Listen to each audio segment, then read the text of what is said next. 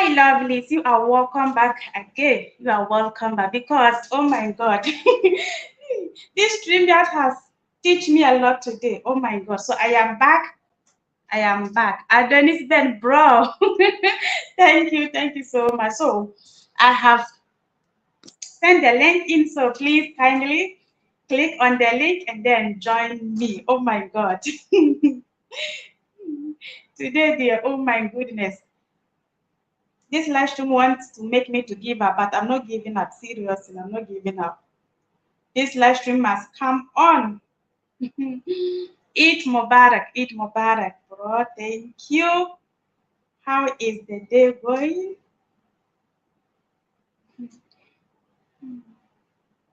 So yeah, that is it. Yeah, for now, it is okay, right? Because when I started at first, I don't know, the stream just keeps on going off and on, off and on. I don't know what was the problem.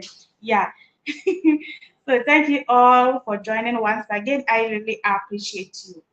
I really appreciate you all a lot. So, as I was saying in the first live stream, yes, join us and ask your questions, what you want to know about Kuwait. I got two brothers all the way from, I don't need to say it, so when they come, they will tell us to know. They will tell us to know. So yeah, no need for me to rush and say anything. They will say it by themselves. Eh? Yeah, so now I am back. So, bro, I think it is okay now. I think it is okay now. Yeah. The first one was just confusing me, and I am back. So that is the link that I share it. So when you click on the link, I will accept you. Okay. So thank you all for joining, and please don't forget to give me a thumbs up. Pause joining. Yeah. Give us a thumbs up. Pause joining. So yeah, today happens to be Eid too. So happy Eid Mubarak to all the Muslims around the globe. Thank you all. Yeah.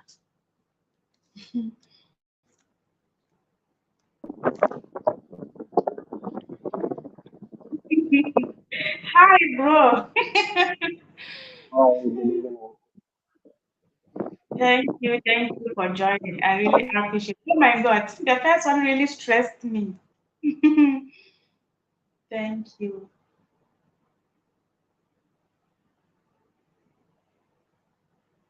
So you were chatting me talking about the camera. I hope now it is okay. Oh, I think my brother network too is not good like that, or maybe it's not stable. So thank you guys for coming back again. Okay, we are here. And yes, today I am representing Ethiopia. This dress is from all the way from Ethiopia. It is from my co-worker. And she asked me to wear it. Ethiopian dresses, yeah. Here we did. Your voice, right, is lovely. So yes, I think his network is not good. So you have to click on the link again and then come back again. So yes. And sometimes some of you too have been asking me about those of us working in the house. It is still available. Okay, for that one, it is not yet, like they haven't opened it yet. Okay, coming here to work in the house, they haven't opened it yet. Yes, it is only for company. If you have the money and you want to apply for company one, for that one, it is available. Yes, if you get a good agent, they are going to assist you. And today I am really happy having these two my brothers. Yes, I am happy to have them join me talking about this topic. Okay, so yeah. So thank you all for joining once again.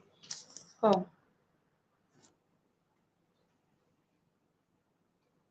and to everyone supporting my channel always, I really appreciate it. And to my new subscribers, I really appreciate it a lot. And sometimes some of you have been asking, like, Halima, where are you from? Someone said, I thought you're from Nigeria. Hey, and some people say when they listen to uh, my videos, because the way I talk, they know that I'm not from Nigeria, because the Nigerian accent is different. Yeah, It is true. So, bro Ben, please kindly try and then click on the link again. I think your network wasn't stable. Yeah, I think there is problem with your network. Yeah.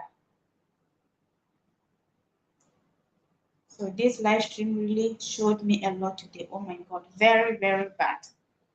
Too much. And I haven't experienced it before. Just today that it is doing that to me. And I don't know what was the reason. Ah. So please guys, kindly come back. Oh, kindly come back and ask your questions. Yes, kindly come back and ask because we will be having the guest very soon.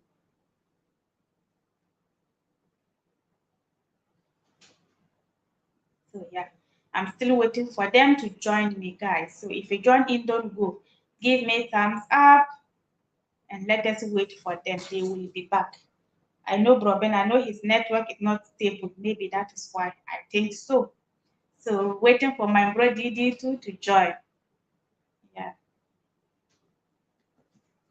So today I posted some video and someone commented, oh my God, that comment really, really got me.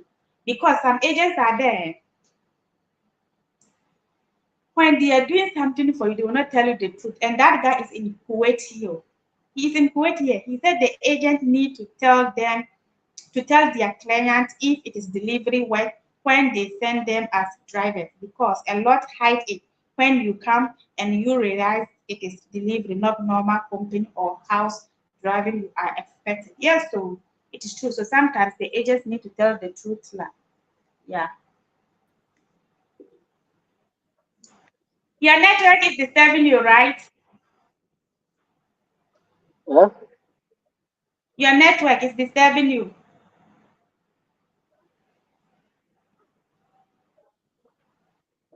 yeah. I think I have a network problem. Yeah. I think some days now, Viva, I don't know if you're using Viva. I don't know. Some days now, I don't know. Viva, it is not that stable. The network, it is always off and on, off and on. And I don't know what is the reason for. So nice having you here, bro Ben. Wow, nice having you here.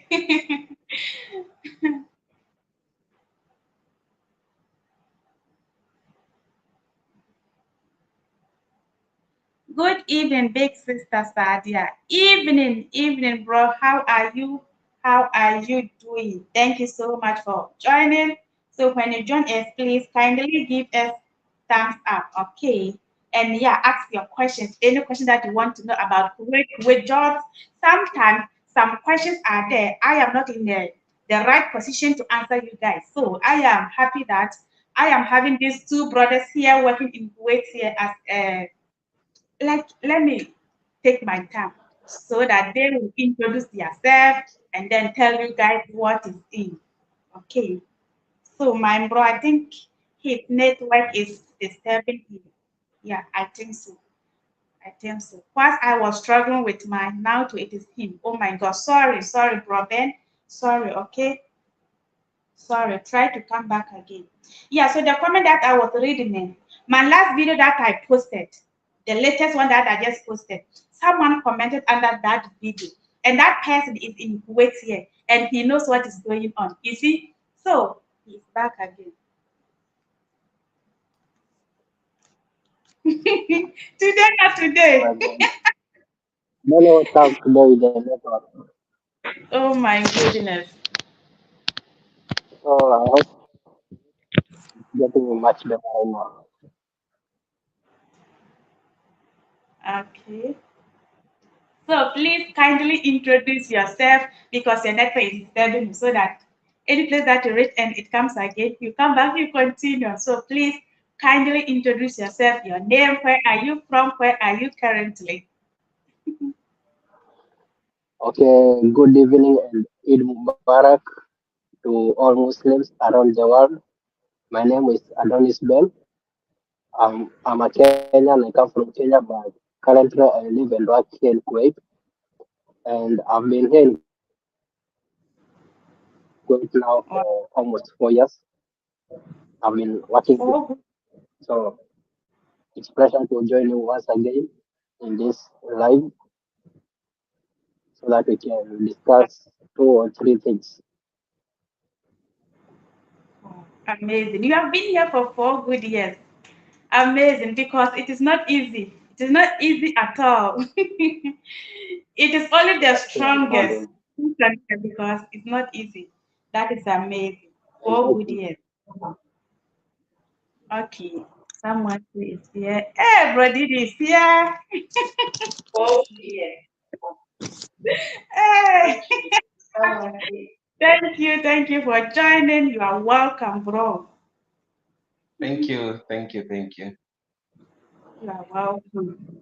So yeah, our brother Ben has introduced yourself. So because our time has delayed, so I just want us to make it fast, and like go. So please kindly tell us your name, where are you from, where are you currently at? Please. So hello everyone, and sorry. Yeah, so my name is Dida Safari.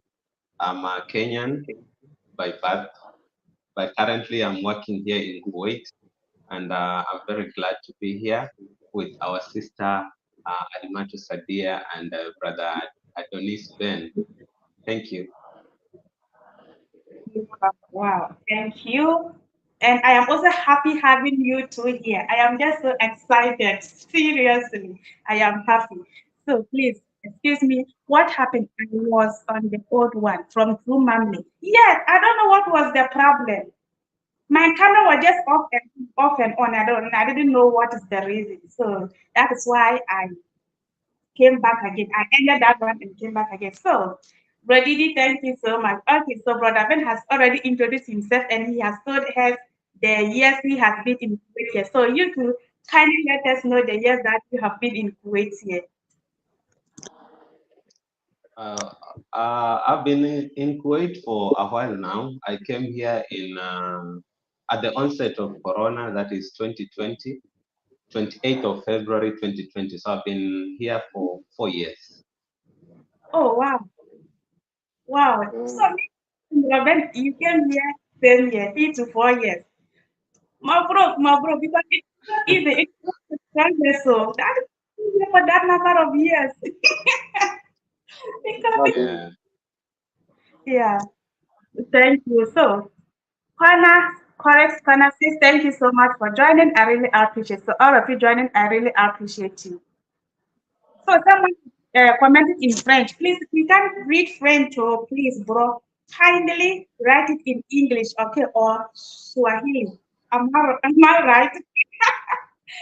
Mm. Yeah, only that language that we can read, okay, please. We don't understand French, please. Okay, so can you tell us the type of job that you are doing here, please? Which job? Okay, let me go first. I work as in a facility company as a security, and that have been always my first job since I came here in Kuwait. I've not changed, and that's what I've been doing, and that's what I do best. I've been in various departments in security. I have worked in as a CCTV camera investigator, and also I've worked in at the airport as an X-ray operator, and also I've worked in other various departments and fields in hospitality industry, in warehouses. Yeah, Wow, so that's that's what I've been doing awesome. all the I time like that I've been here in Kuwait. Wow, that is great. I like the part where you said you work on CCTV camera side, because sometimes some people have been asking me questions about security jobs, and I don't work as a security, so sometimes that you like people like you are in the right position to answer, because some people think when we say security, it is only one part. They don't know there is a lot of, I feel like we have some people guiding here, working here, there, and you know.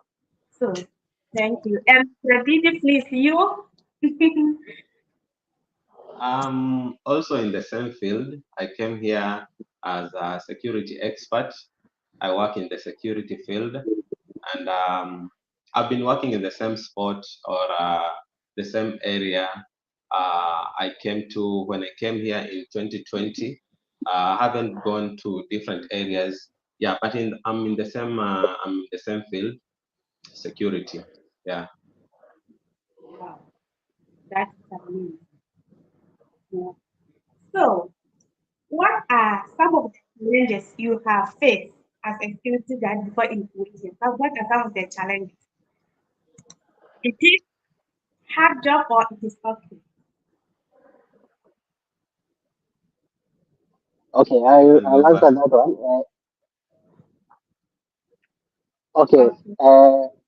actually, the first time I did the security job here in Kuwait, in Kenya, I wasn't working as a security back in Kenya, but when I came here in Kuwait, it was my first time working as a security. So immediately I was deployed to my first location.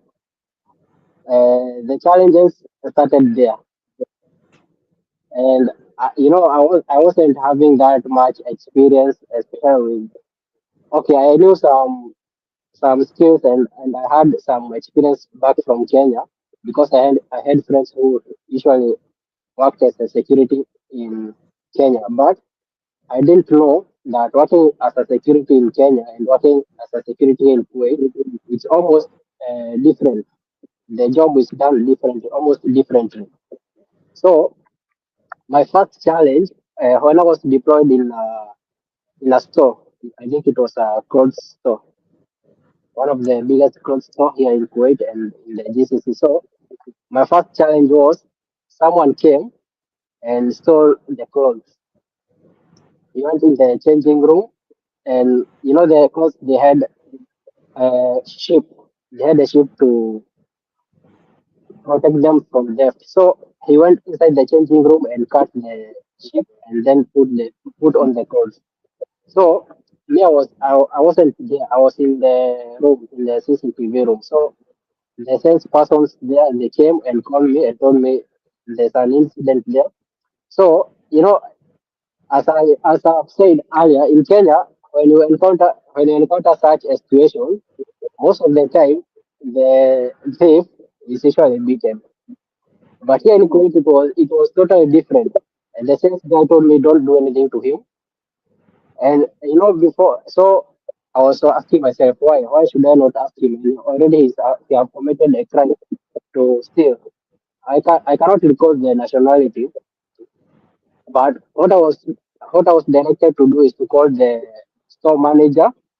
And much to my surprise, when the store manager came, he gave him a seat and so that they can start talking. And I was wondering, Kwani, what is happening? This is a thief, but he's already sitting down with the manager to start discussing. And back in my country, it is never the same. If you steal something from a shop or a store, you either before even you be taken to police, people they start taking law by themselves at their hands. So it was quite challenging, but I managed that day, and that's how I got to learn step by step. But even before I got deployed to my location, our security manager had informed us what to do and what is expected of us in our working locations. Wow, I Yeah. see. Wow. So you said you have something to add to it? Yeah, so your question was about challenges, right? Like Yes. what challenges did we come through when we came here as security? You Yeah, can as like. yeah, so as what my brother Adonis Ben has said, you know, security back home is very different to the security out here. And being a security or being in the security field doesn't mean that you are just a security guard. There are so many positions in the security field. So someone can be out there as a static guard. If you are a static guard, it means you are positioned at one place, you don't move. Let's say maybe you are a guard at maybe the entrance of a supermarket or a mall. That is a static guard. You can be in the security field also as a patroller. You can patrol by foot, you can patrol with a motorbike or a vehicle, or maybe the Gators and Polarises. Yeah. And then we can also have surveillance officers, like what Adonis has said. Yeah, so there are so many positions. You can also be in the security field in the office as a documentation officer or a clerk. So it depends. Yeah, but coming back, so I just wanted to touch on that so that someone out there can understand, because some people normally think if you are in a security, then maybe you are just that. In Kenya, we call them askarigongo. Askarigongo. Yeah, because they normally have that club. Yeah, wrong. Yeah, because they have that club maybe at the entrance of a supermarket, or yeah, there are so many positions in security department. And the first challenge that I went through when I came here, Kuwait is the weather here is different from back home. So first of all, like my place, I know maybe it can be different from where Adonis Ben is working or he used to work. In my place, if you come here with any position, let's say you are a surveillance officer or you are a documentation officer, you have to you have to start like maybe 3 months, like they call it probation period. You have to start as a static guard. So they do that because once you take that position back home, number one, you should be physical fit, like because here the weather is a bit different. It's dusty and hot, so you should be able to be in a position to to to manage, know how to deal with the heat, number one, and then dust. So they normally tell you that the place is dusty, and also it's hot. So if you manage to go through the 3 months period, then now you can go to the position that you are called for. So the first challenge was the weather, because because I came here in 2020 February, and I come from the coast of Kenya. It's a bit hot, hot and humid. But when I came here, it was freaking cold, very cold. When I came out of the aeroplane, I wanted to go back because it was really, really cold. I didn't have a jacket on coming from the coast. Yeah, so when you're being prepared to come here, they just tell you the place is hot. So I thought maybe coming here, I'll find like it's hot, but I was shocked to find out it's very cold. So Kuwait has cold winters and extremely hot summer. Like right now we are in summer, it's very hot. So that was my first challenge. Then other challenge was you know like because when you come here, you don't work with only a single nationality. You work with Indians, you work with other nationalities. So how to juggle or to deal with people from different nationalities, different tradition, different behaviors, that is another challenge. Because sometimes you get people. Because I know the place I'm working is a bit different. For those who have been following me in even other interviews that I've done, I normally don't want to expose the place I'm working because of security reasons. Yeah, but we have people from all over the world, and some people even don't know how to communicate in proper English. So language barrier was another challenge. So those were uh, are the two main challenges that I went through. Yeah, the weather and the language barrier. That is why I always say that anyone who come to Gulf country here, they should be fast and learn the Arabic. That will take them far. See, because sometimes the English, they can't speak it. And if you didn't learn the Arabic too fast, like you will suffer. Okay, so my next question is, so coming to Gulf country here to work as a security, anyone can participate, or you need to have small knowledge, skills about it. Like you have to you need to have small experience about it before coming here to work as a security, or how? Because I have someone in Dubai. He said when you come, they'll take you for training. They call something Syria or what? Syria or something like that. He said they'll take you for training So, before you start working. So I don't know. Wait here. Someone asked me that question, but I don't know if to wait here it is like that.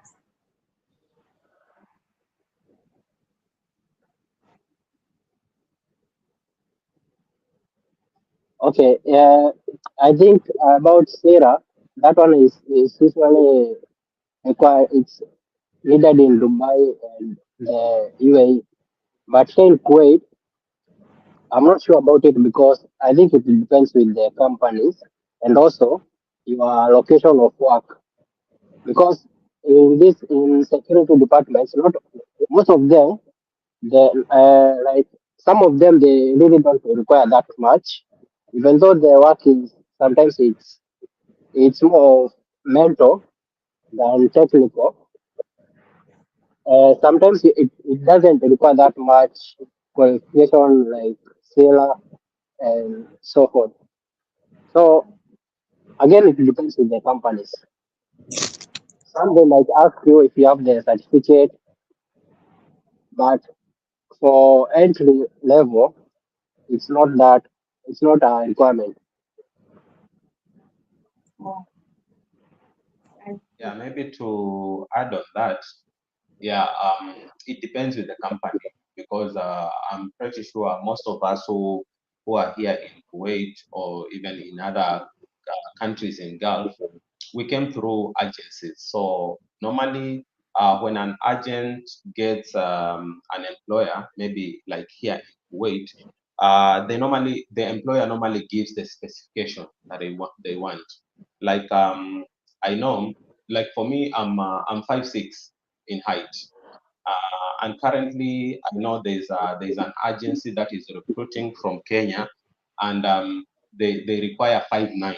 So if I wanted a job right now from that agency, 100% automatically I'll not get that job because I'm 5'6", and the current employer right now he wants 5'9". So I think it depends with the employer what the employer wants. Like during my time when I was coming here, um, first of all, we did a trade fair. They did it in terms of trade fair. So a trade fair is when they advertise for the position, like they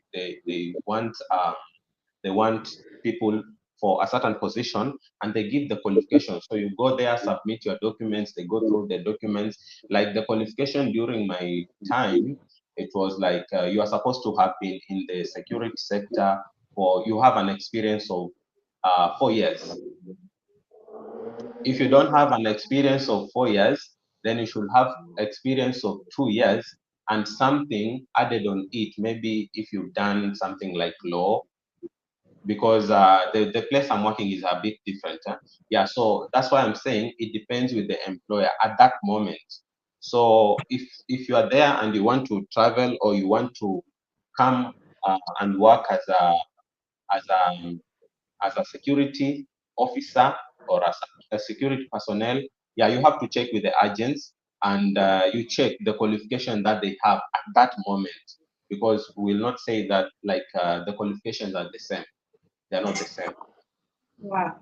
Yeah, and also in addition, I also tend to think that it depends also with the countries and depends also with the countries because, for example, if you look at the Asian people and Africans, we Africans, sometimes the height, the size of the body, it varies. So you might find that some of the Asian people they are shorter than some of us Africans. So again, I tend to think that it also depends on the nationalities. But when recruiting security people, Okay. Okay, so this question is from Elijah. Let's just read his question and then he said, excuse me, what happens during the probation period and you pay for tariff respectively? Oh, Mr. Elijah, yeah, you are being paid because the moment you leave your country, the moment you leave your country, you can't leave your country without a contract. So you'll not sign the contract back home, but you'll sign an offer letter. The offer letter is a very vital part. It forms part of the contract. So you'll sign an offer letter which has your salary, the salary that you are being you will be paid, and the moment you land into this country, you start counting. So when you start working, the probation is part of the contract. So once you join duty, you are supposed to be paid. Wow. Okay, cool. Yes. Because recently, someone remember my post like that, like he has heard that some communities working on it, it's big like it takes like 3 to 5 months. They haven't paid them yet, this and that. It's like, why did you hear it? So thank you for that. And later, thank you for the information. So let us talk about the advantages and disadvantages of being security. Is there any?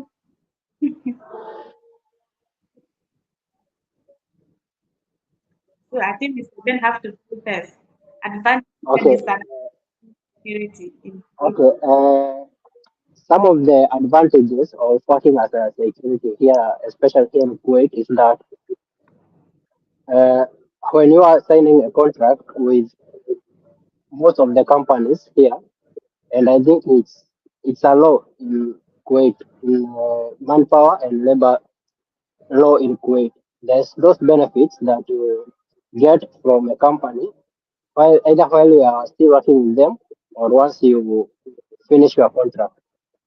And some of the benefits is that you get accommodation, free accommodation. Either you stay in the company's houses or they rent you somewhere to stay there, but uh, you'll be given money for rent. And also there is free transport to and from your workplace. And also sometimes you get change from one location to another location, and you tend to learn as you go from one location to another location. You tend to acquire more skills because let's say, for example, if you move from a location where you interact with customers and another location you interact with uh, only staff. Like for example, if you're working in a warehouse, whereby you interact with company staff, and if you're working in a supermarket, you interact with customers and so many people. So I think that's one of the benefits, and hence you acquire a lot of skills from either working in different locations or even working at one location. That's good. But you have something to add? I think Adonis has said it all. Uh, as a security, I know we work under work schedules, because if you come with another position, let's say like a cashier, maybe in a mall, you'll be positioned at one place.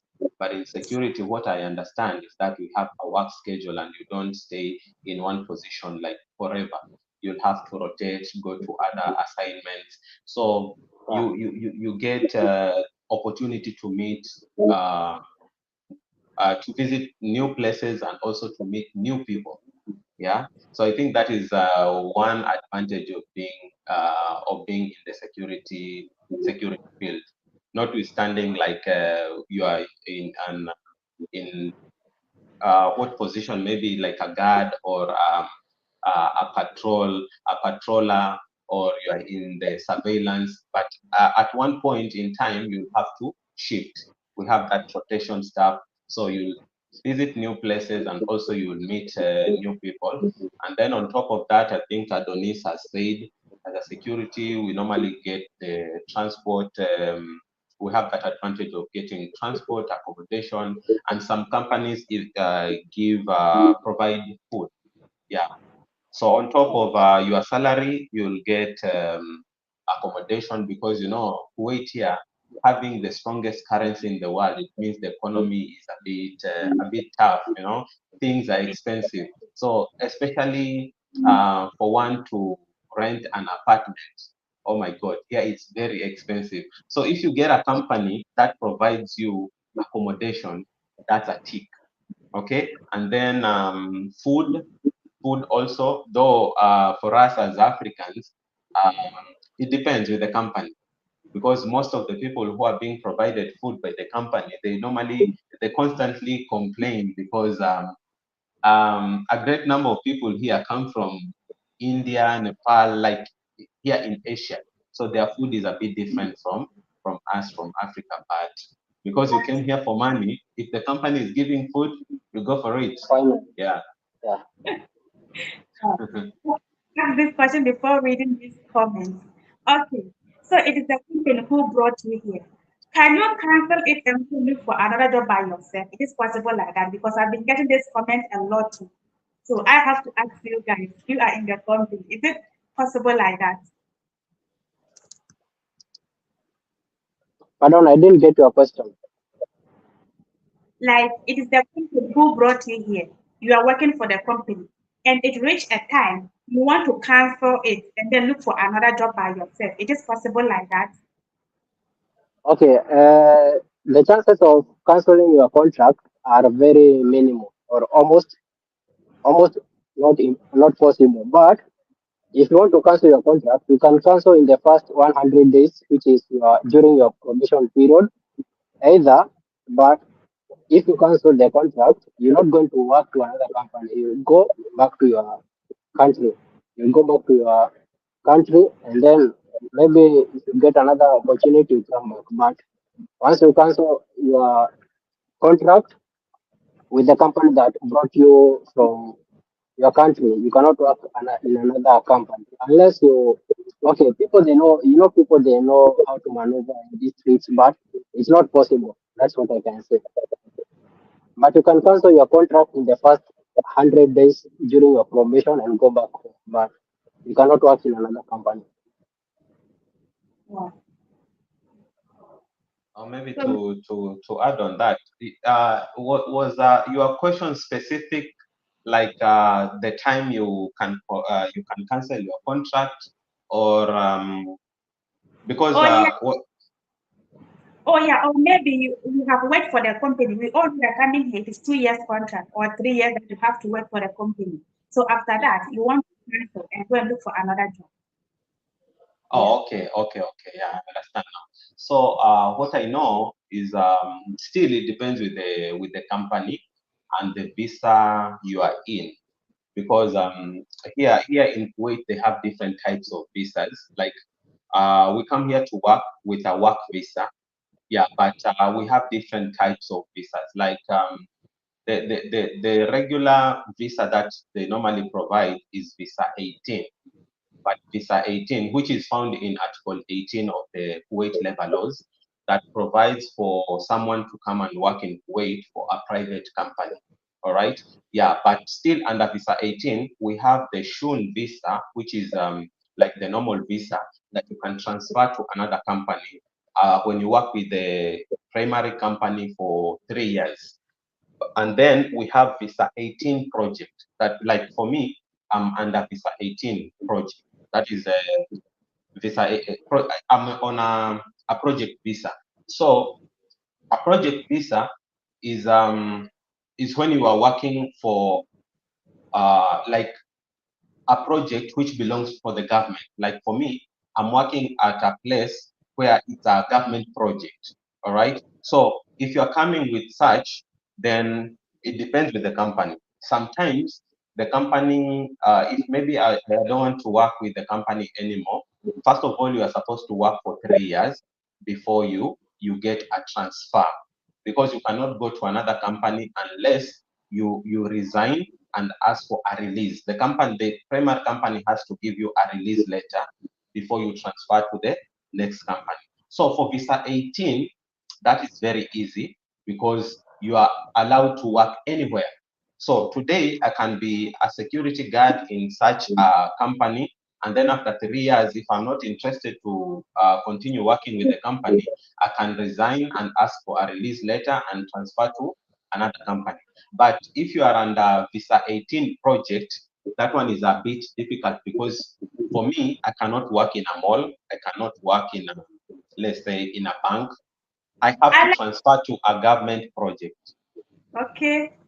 Yeah, Wow. so let's say I will not name my project, the project I'm working in, but if I get a job, let's say like Kuwait oil company, yeah, that is a government project, so I can transfer to that company.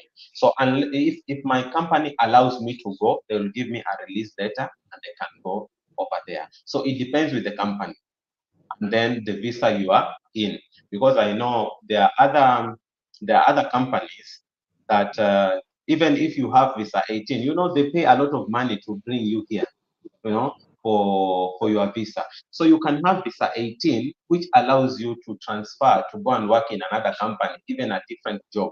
But if the employer doesn't allow you to go, you cannot go.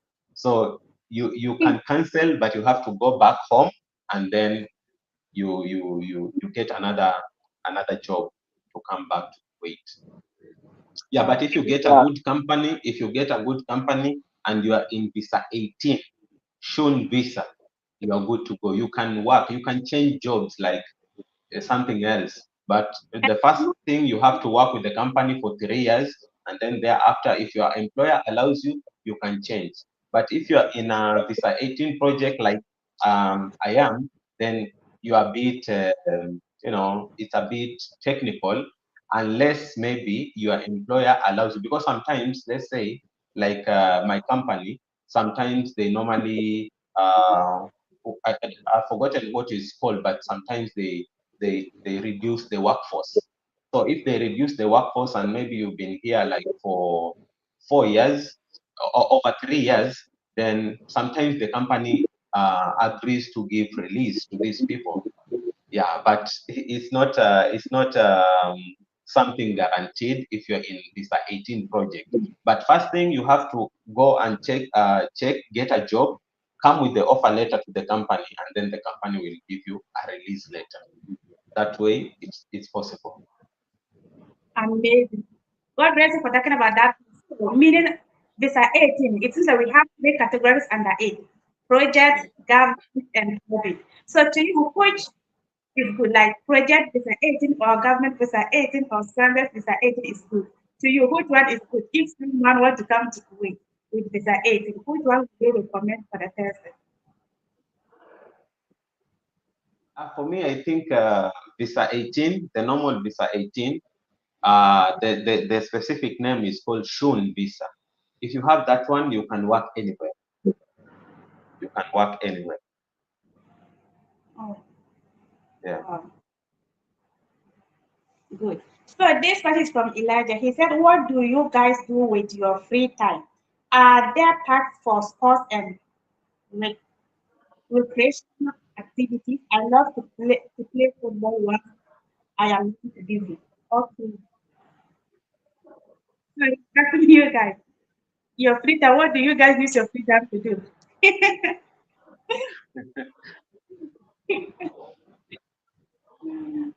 okay. For me, during my free time, Ah, go okay, on. for me during my free time, you know, one of my hobbies is traveling and exploring new places. So whenever I'm in my day offs, I usually go to the city and visit new places. I go to the parks, especially there's this one most visited and famous park, Al Shahid. It's one of the good places where you can go and relax your mind and enjoy. There's also other places like museums. You can visit museums. There's several museums in Kuwait. You can visit the island, or even you can just hire a car with a driver, with the help of a licensed driver here in Kuwait, and enjoy the roads. So those are some of the things that personally I love doing during my free time. Amazing. And you, Mr. Didi? Um, so the free time he's talking about, I'll still go back to the company. It depends with the company you're working with, because when you're coming, you'll be given an offer letter. The offer letter um, normally specifies the number of hours you'll be working. Yeah, the number of hours you'll be working. So normally the basic salary, they give you the basic salary in 8 hours, because here the basic salary, the basic working hours is 8 hours, and then it depends with the company you're working in. They can give you maybe 1 hour or 2 hours or 3 hours, maximum 4 hours overtime. Some companies, you come from Kenya and they tell you straight that you'll be working 12 hours and this is your pay. There's no overtime, nothing. They just accumulated it in whole, like 12 hours. And also, it depends with the place you're working, because some people, maybe the accommodation, from the accommodation to the place of work is very close. So, which means you'll be working 12 hours, but from work, let's say it's 5 to 5. After 5, maybe 10 minutes, you're in your accommodation. So, you have that amount of time remaining. You can use that one maybe to go, because he was talking about, I love playing football. You cannot go play football. Let's say you're working 6 to 6. So 6 from work, and maybe the place you're working from your accommodation from the workplace you're working is like a 1 hour distance. So when you come back, it's 7 o'clock. You'll not get that time to go and play. So unless you go and play during your day off. So I'm saying that because there are people I know, they are working as security guards, but they are working only 8 hours. Okay, because the companies they work, they don't have overtime. So whatever they agreed with the employer, like I'm going to take this job, and the basic salary is, let's say, 120 KD. That's it. There's no overtime. So which means that kind of a person has more time to do other stuff. Maybe to, if you're in visa 18, the normal visa 18 student visa, you can even look for a second job. Or if you're in visa 18 project and your company doesn't allow you to go and look for a second job, then you have enough time to play football. We have a lot of recreational centers. You can go to the malls, you can go to the parks. Like the place I'm staying in Mangaf, very close to Mangaf here. There's a place people go and play there. It's close to the beach. So if you love football, you can play because you have your day off. Yeah, as a security, or being in security field, according to Kuwait labor laws, you are entitled for a day off. So on your day off, you can go and play. During normal days, if you're working 8 hours, you have enough time, you can play every day. But if you're working 12 hours and maybe your workplace and your accommodation is at a distance, then you can do that during your day off. So yes, if you love football, you can pursue football right here. So Yeah, meaning what I came to that, here in Kuwait, working location, you can go even as far as almost 100 kilometers. So Yes. you might find yourself not having a free time, and maybe your company doesn't. When you are signing your contract, you are told that you will be working for 7 days without day off. But if you are lucky enough to work maybe six days and get at least maybe one day off in a week, during that time you can use it to visit places, especially during winter. But like right now during summer, I think the most you can do is just stay in your room and sleep. I see. So Uh, and welcome, maybe and join maybe guys. I Or please, if you come in, I did not welcome you. Anytime that I click on your comment, that means I am welcoming you, okay? Because I don't want to interrupt them past their turn, please. So you are all welcome. So when you join us, kindly give us thumbs up. And yeah, sometimes I remove their comment from the screen for you guys to see their names so that you can connect to them. They are also YouTubers, okay? Yes. Maybe if something is bothering you, ask them. If they get the time, they are going to answer you guys. Yes. Yeah, So, so I wanted to, I've forgotten the last part of the question. Um, thanks, Adonis, for commenting on that. Because, like for me, I wake up at 3 a.m. in the morning, okay? And I prepare myself by 4 o'clock, I'm off. And it takes me close to an hour to get to work. So I start my duty at 5. So from 5 to 5, and then after 5, I come back to the accommodation. It takes me like, coming back, it's a bit different because in the morning, we have a lot of security checks before we get into the place of work. But coming out is a bit easy. So it takes me around 35 to 45 minutes back to the accommodation. So I get to the accommodation around some minutes to 6. Sometimes because of traffic, you can get to the accommodation around 6. So you can just try to imagine that who asked that Elijah. Yeah, so obviously from work you don't have that time to get that opportunity maybe to go and play football unless during my day off. During my day off, yeah, you can go play. But for me, I normally go out, especially I'm very close to Fahil. I go Fahil to the malls or to the city. The good thing here with transportation, the public transportation is very cheap. So with 350, right now is 250 fields, you can go to the city. So half a KD, you can go to the city and come back. Yeah. so I love people. I Robert did that for transportation in Africa. Hey, oh my God. So, he said, please, can you talk about drivers working for company, please? Hey, you guys have any knowledge about it? Drivers working for company. People want to know. What does he mean? Does he mean working as a driver, as a security driver, in the company, or working a driver as a driver maybe in another industry like delivery or what? Because if he meant he's working, if you want to work as a driver in a security company, uh, you're not going to work like a security. You know, in back in Kenya, if you're working like a driver, some companies it's same as working like in a like a police or in the army, whereby if you are police, you are a army driver also. But here in Kuwait, if you're working as a driver in the security company, you do the normal driving job in most of the companies.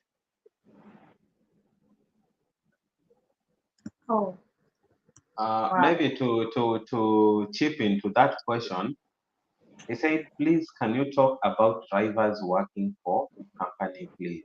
Okay. Uh, Working as a driver, yeah, and I'm glad you said that, Adonis. Like here, if you even if you're in a, though my place is a bit different because once you come in the security department, like in every department, because it's a huge area and it has different departments. So if you're in the supplies department or you're in transportation department, security department, let's say procurement, they normally select people from the department. So if you are a security guard, you can be selected to be a driver. All right. And being a driver here in Kuwait is a big deal. Is a big deal because getting that driving license, it costs a lot of money. That is number one. Number two, if you didn't come here as a driver, it depends with the company. So if you are chosen to be a driver, it means they will take you through the process and get a driving license. Then count yourself lucky. Because once you get that driving license, my brother, my sister, yeah, drivers here are being paid really well.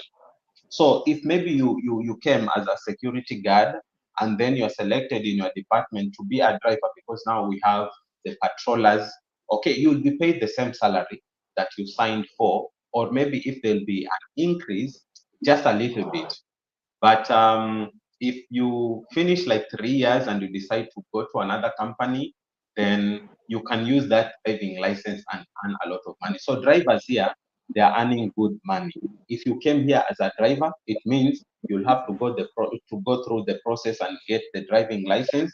And the drivers here are making more money even than security or other jobs. So like back home, we normally say, oh, he's just a driver, you know.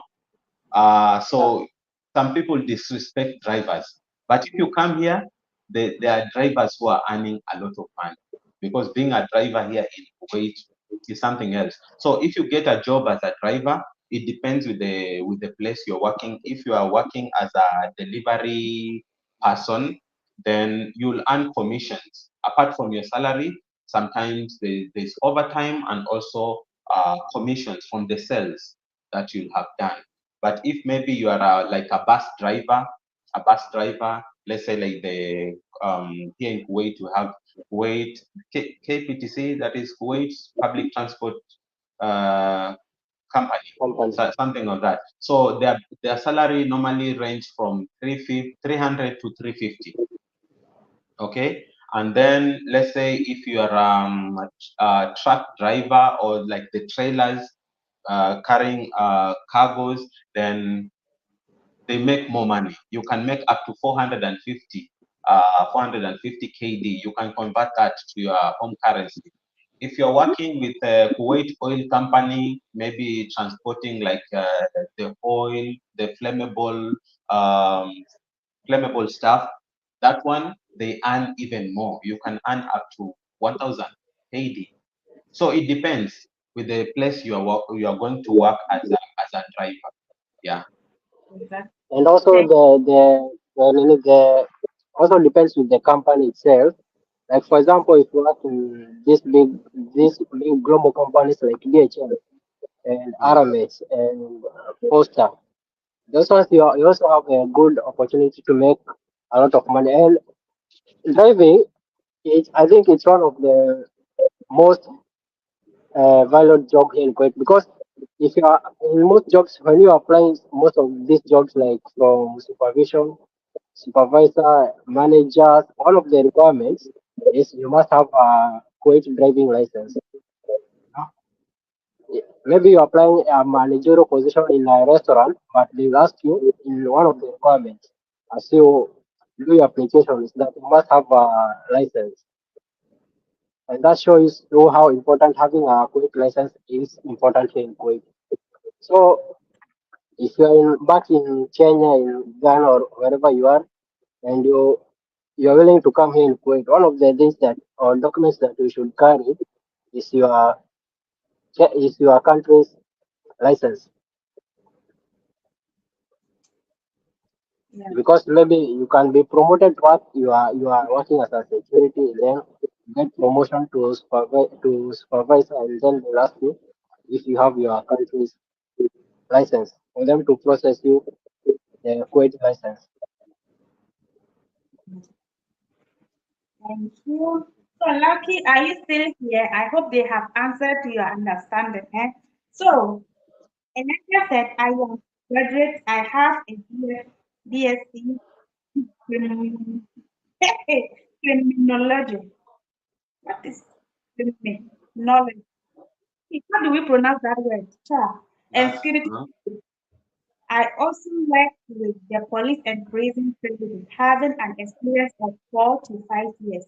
How far will this take me? Thanks. Sister Rebecca, you are welcome. Thank you all for joining. Okay, so that is from Mr. Elijah.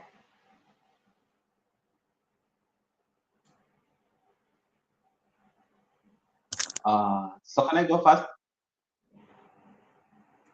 Ah, Can I go first in that question? Yes. Okay. Cousin Rebecca, welcome, Cousin Rebecca. I hope you're doing well. Thank you for coming. All right. So Elijah says, I am a graduate. I have a BSc in Criminology and Security Studies. I have also worked with the police and prison services, having an experience of 4 to 5 years. How far will this take me? Okay. Um, let's say if maybe the place I'm working could be hiring, then you could be in a better position to secure a job there. So right now they're not hiring. Yeah, but as I've said at the beginning, they wanted someone with during my time they wanted someone with experience of 4 years being in the security field, especially if you are maybe you are in the military, maybe police or the military as an army officer, then you had an added advantage.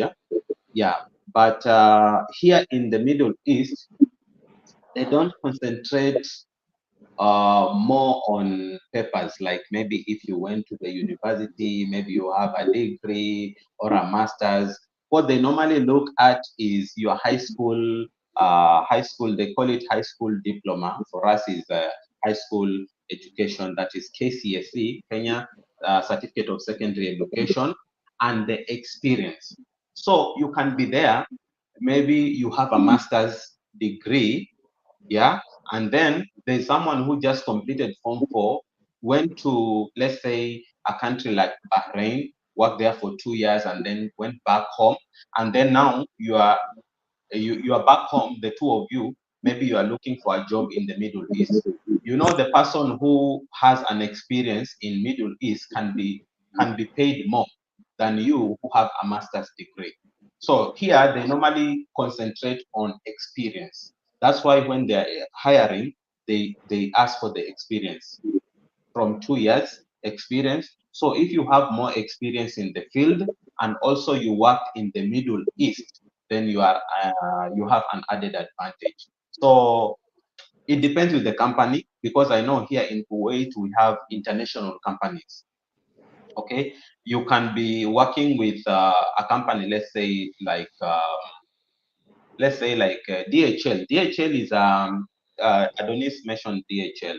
DHL is an international company, and some of the companies here they pay with the international rates, international wages. So you can come to Kuwait, but maybe you're working for an American company or maybe a Canadian company.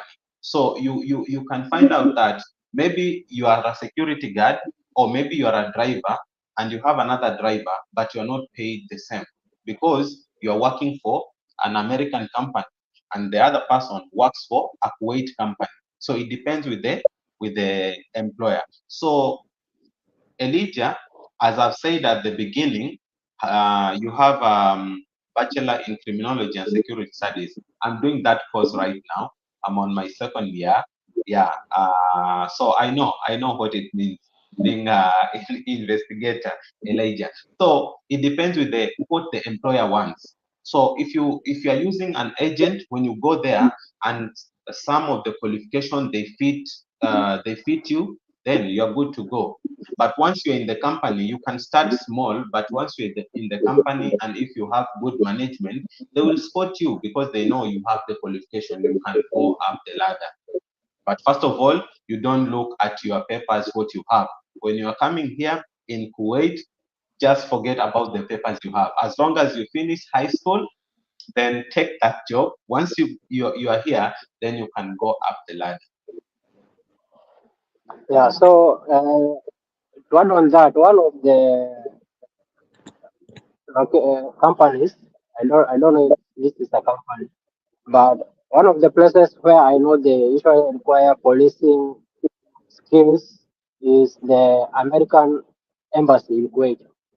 If you go to their page, their website, uh, whenever they are recruiting or they are asking for these security jobs, I usually see that one of the requirements is maybe you should be either a veteran or you have a policing skills, I mean experience. So the guy who asked that question, I think I would recommend you to consider going to the American Embassy website, and whenever they upload the jobs, you can always check on them. They usually hire people with such skills. The And also website, the Netherlands embassy consulate, I think it's in Hawali. Okay. Yeah. Yeah, Because but some, let me add on that. Let me add on that because I tried to apply in two embassies. Yeah, you are right. Most of the embassies, most of the embassies, they normally give a priority for people who have military experience, or Yeah. even if you don't have a military experience, but you have such a degree in criminology and security studies, like you are an investigator, they give you a priority. But I try to go to two of these embassies. Yeah, I try to inquire, but normally they want someone who is in Kuwait. One thing with employers in the Middle East, or specifically in Kuwait, they normally give first priority for the people who are in the country, because it takes them a lot of money. It costs them a lot of money to get you from your country to this country. So if you're already in the country, then it's very easy for you to get that job. So that's why I've advised Elijah, the first thing to do, take that small job. Don't look at your papers. Bring yourself to Kuwait. Then once you're here, it will be very easy. So if you have such qualification, then it will be very easy for you to go to these embassies during your free time, your day off. You can just visit the embassies. Everybody is allowed to go there. You can go there and ask. So even if they don't have the openings at that moment, but once they get they'll give you the links. Once they have such openings, then you'll be notified. So it will be very easy if you are here.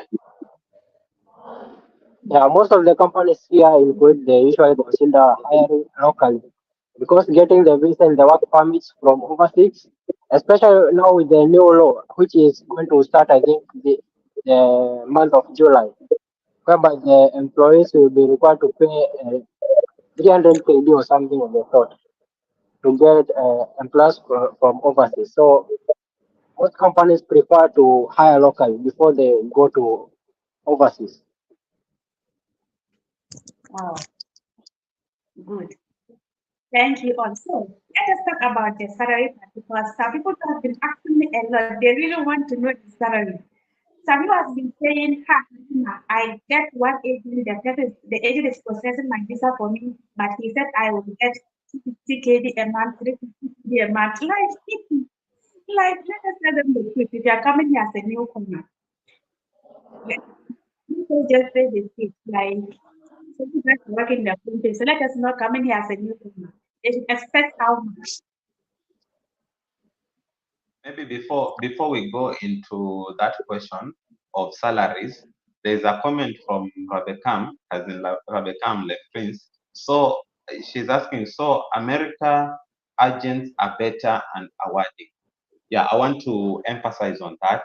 Yeah, Okay. so yeah, American, not only American agents, but most of the Western companies.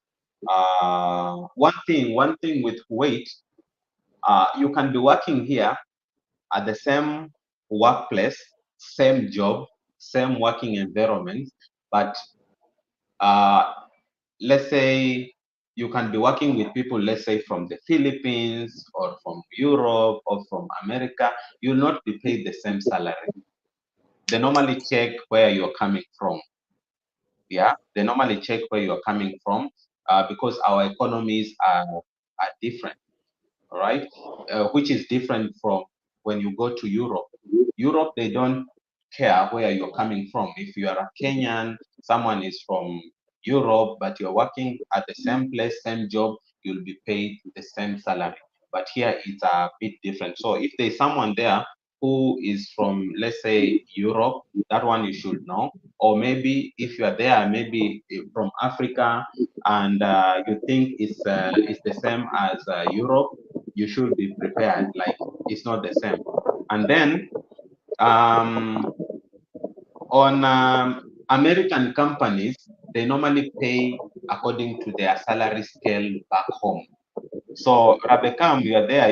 You are in Europe, right? You are in the UK. So if you want to work here in Kuwait, you can check. You can check, especially for you who is in UK. You can check American companies here. So coming from UK to Kuwait, but maybe you're working with an American company, you'll not be paid the same as they pay me. So you'll earn a lot of money. That's why here in Kuwait, we have a lot of expats. We have a lot of expats. We have a lot of Americans, people from the UK, Europe, name them. That's why everywhere you go, even if it's an Arab country, but you realize if you go out in town, everybody is speaking in English because we have a lot of expats. So if you are in Europe, you are in UK, Australia, once you come here in Kuwait and maybe you're working for an American company, even for Kuwait company, because we have jobs like being a teacher here, we have a lot of Americans who are teachers here in Kuwait, and they are earning more than they will earn back home. So if you are considering to come to Kuwait, do that, especially for those who are in Europe, UK, name them, the Western country. Plenty of plenty. So Mr. Rebecca said, can you fake the request of job and get to Kuwait and run to ask for the Excel?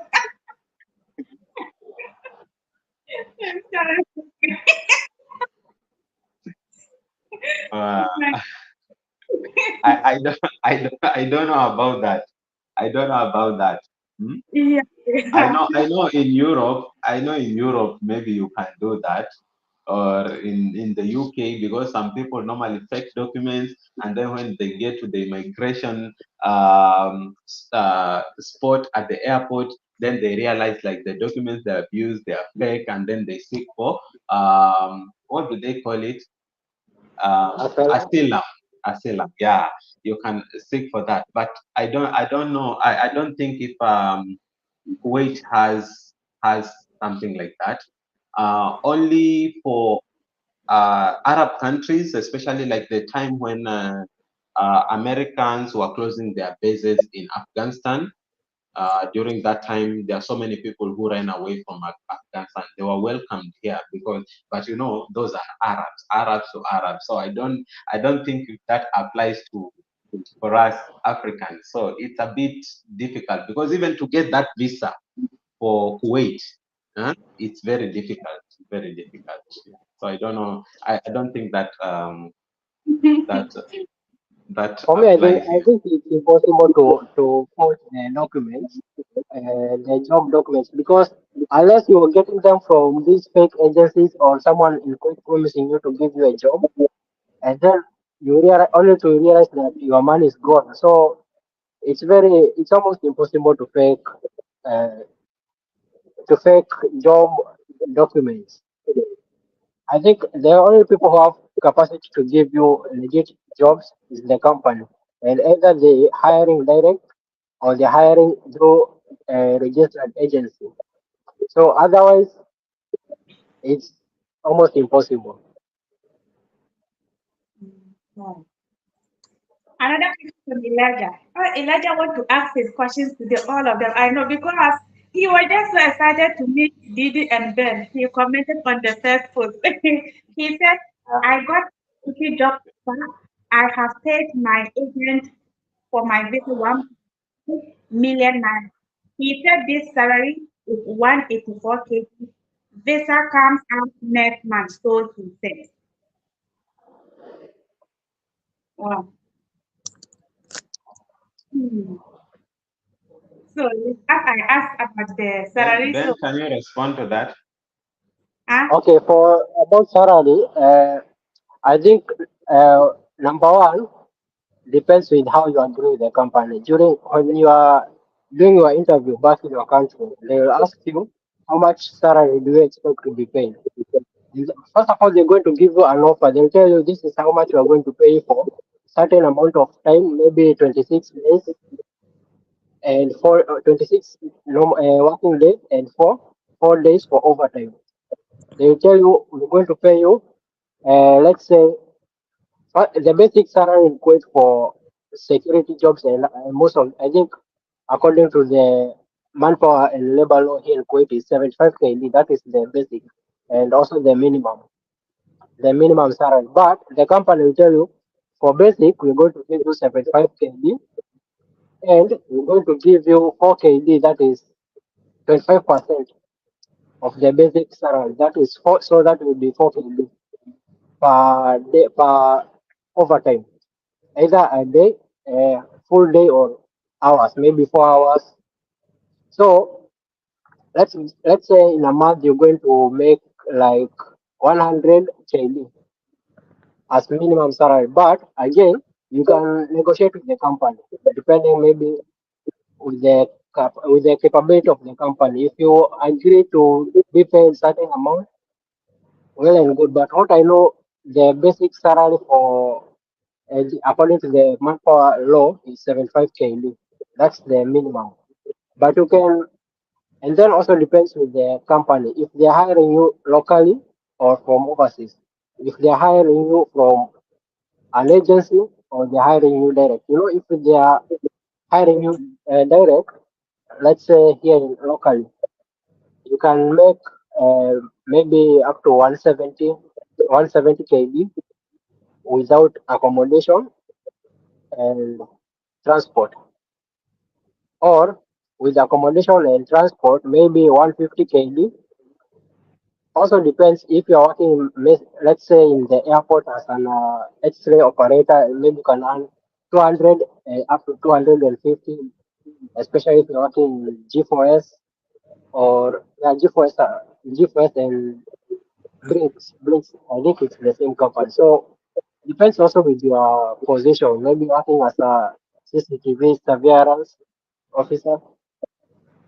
So salary depends. Again, depends with the nationality. How Asians they are usually paid here in Kuwait. It's not the same way how we Africans are paid.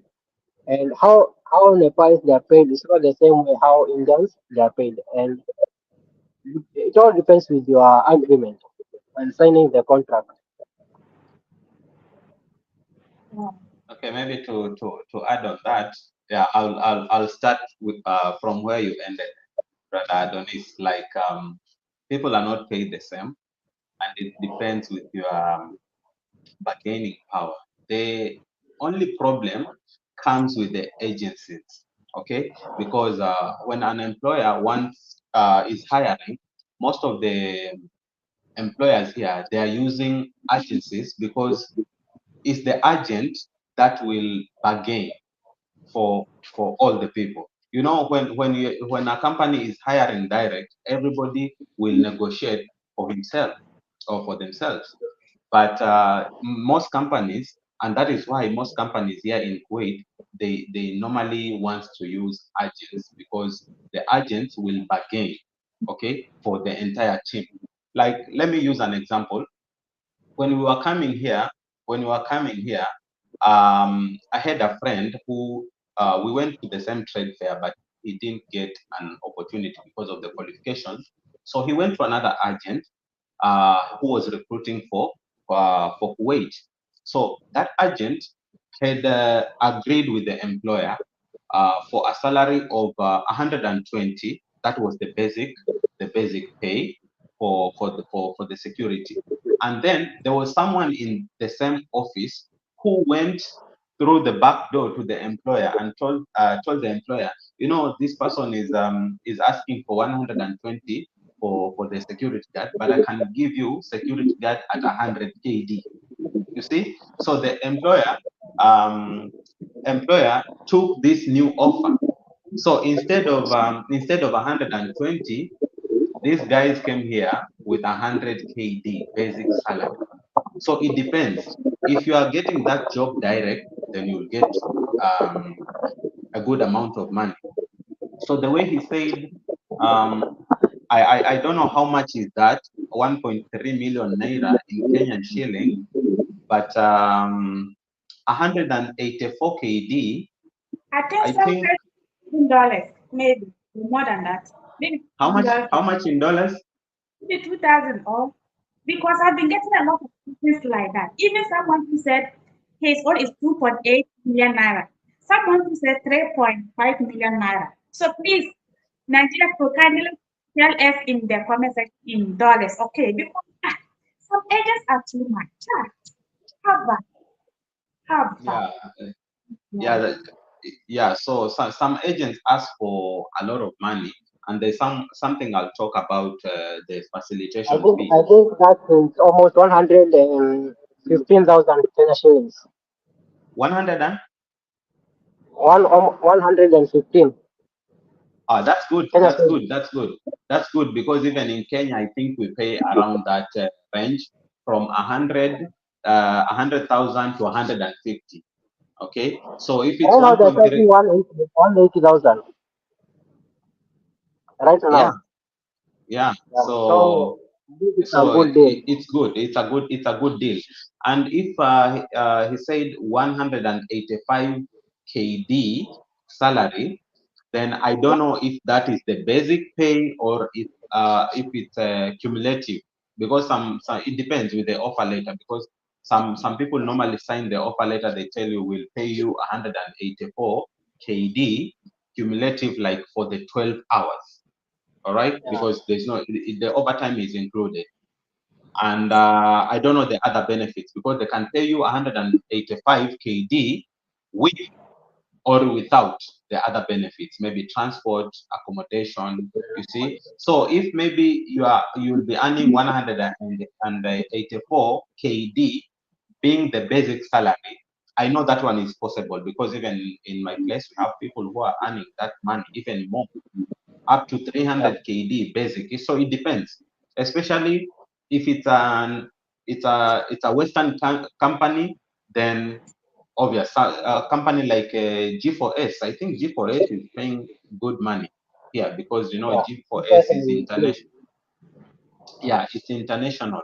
So if it's 184 as basic pay, which means you'll have overtime, then 100% I know accommodation is not included there. Transportation, most companies here, they normally provide transportation. Yeah, but food and accommodation, now it depends with the contract. So if it's 1.3 million naira and it's about 115 Kenya shillings, then I think it's a good deal. It's a good deal. So we are praying for you. We are praying for you. And then another thing also, even these agents, some of the employers, these employers, they normally pay these agents. Okay, and the agents, they normally ask for the facilitation fee. But general, I think I saw one of the comments on your end, Sister Alimatu, like someone was asking, this agent asked for this amount of money, and I know that they are not supposed to ask for facilitation fee. You see, I saw that comment. Yeah, so it depends, because you're there, you don't have a job, and you want a job, and you have to get it through the agent. So the agent, because they have an office, they have to pay people in the office. That's why they ask for the money. But like during my time, the agent asked for money, so we paid. So we got the job. We found ourselves here. But since I'm not working for a Kuwait company, the company did their own investigation and they realized that we paid the facilitation fee. So my host company, because it's the company I'm working, it's a Western company, but they have a host company, because for the visa processing and the other facilitation, it has to be done by a host company.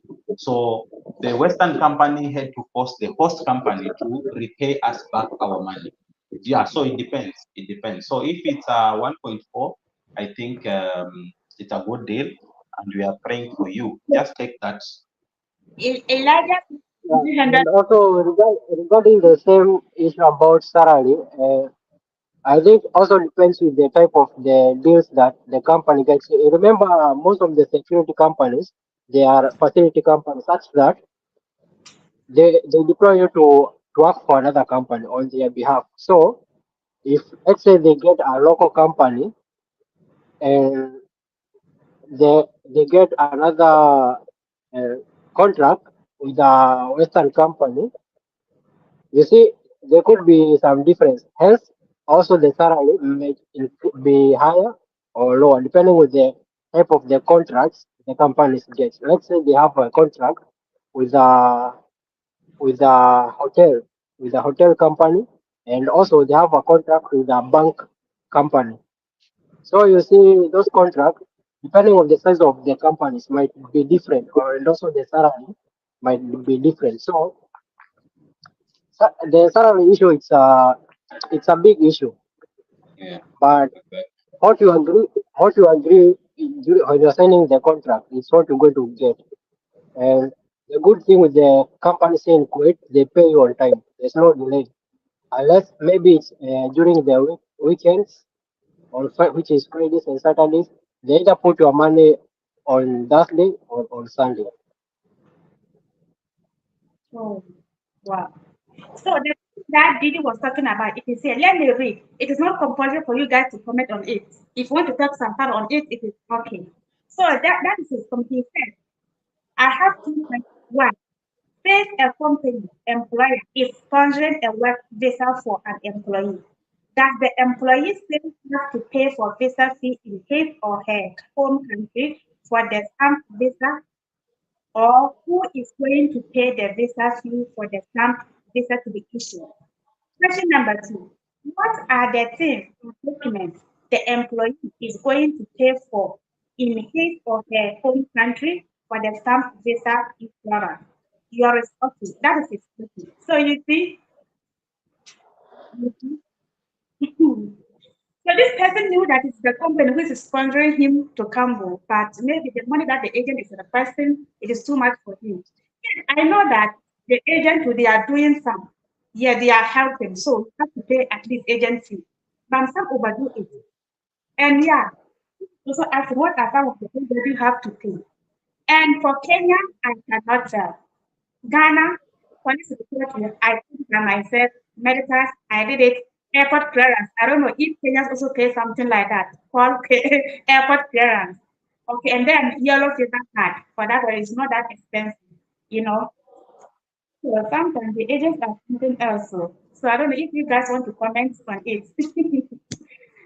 Okay, me what I know is that when you get once you get a job from a company here in Kuwait, they're supposed to process your documents like the visa, the work permits, and medical. But sometimes they usually tell you that you're supposed to pay medical for yourself and also the visa fee for yourself, and that's it. Or sometimes they tell you you do the process by yourself. Then once you arrive in Kuwait, they're going to return you the money that you spent in the visa, in the air ticket, and the medical.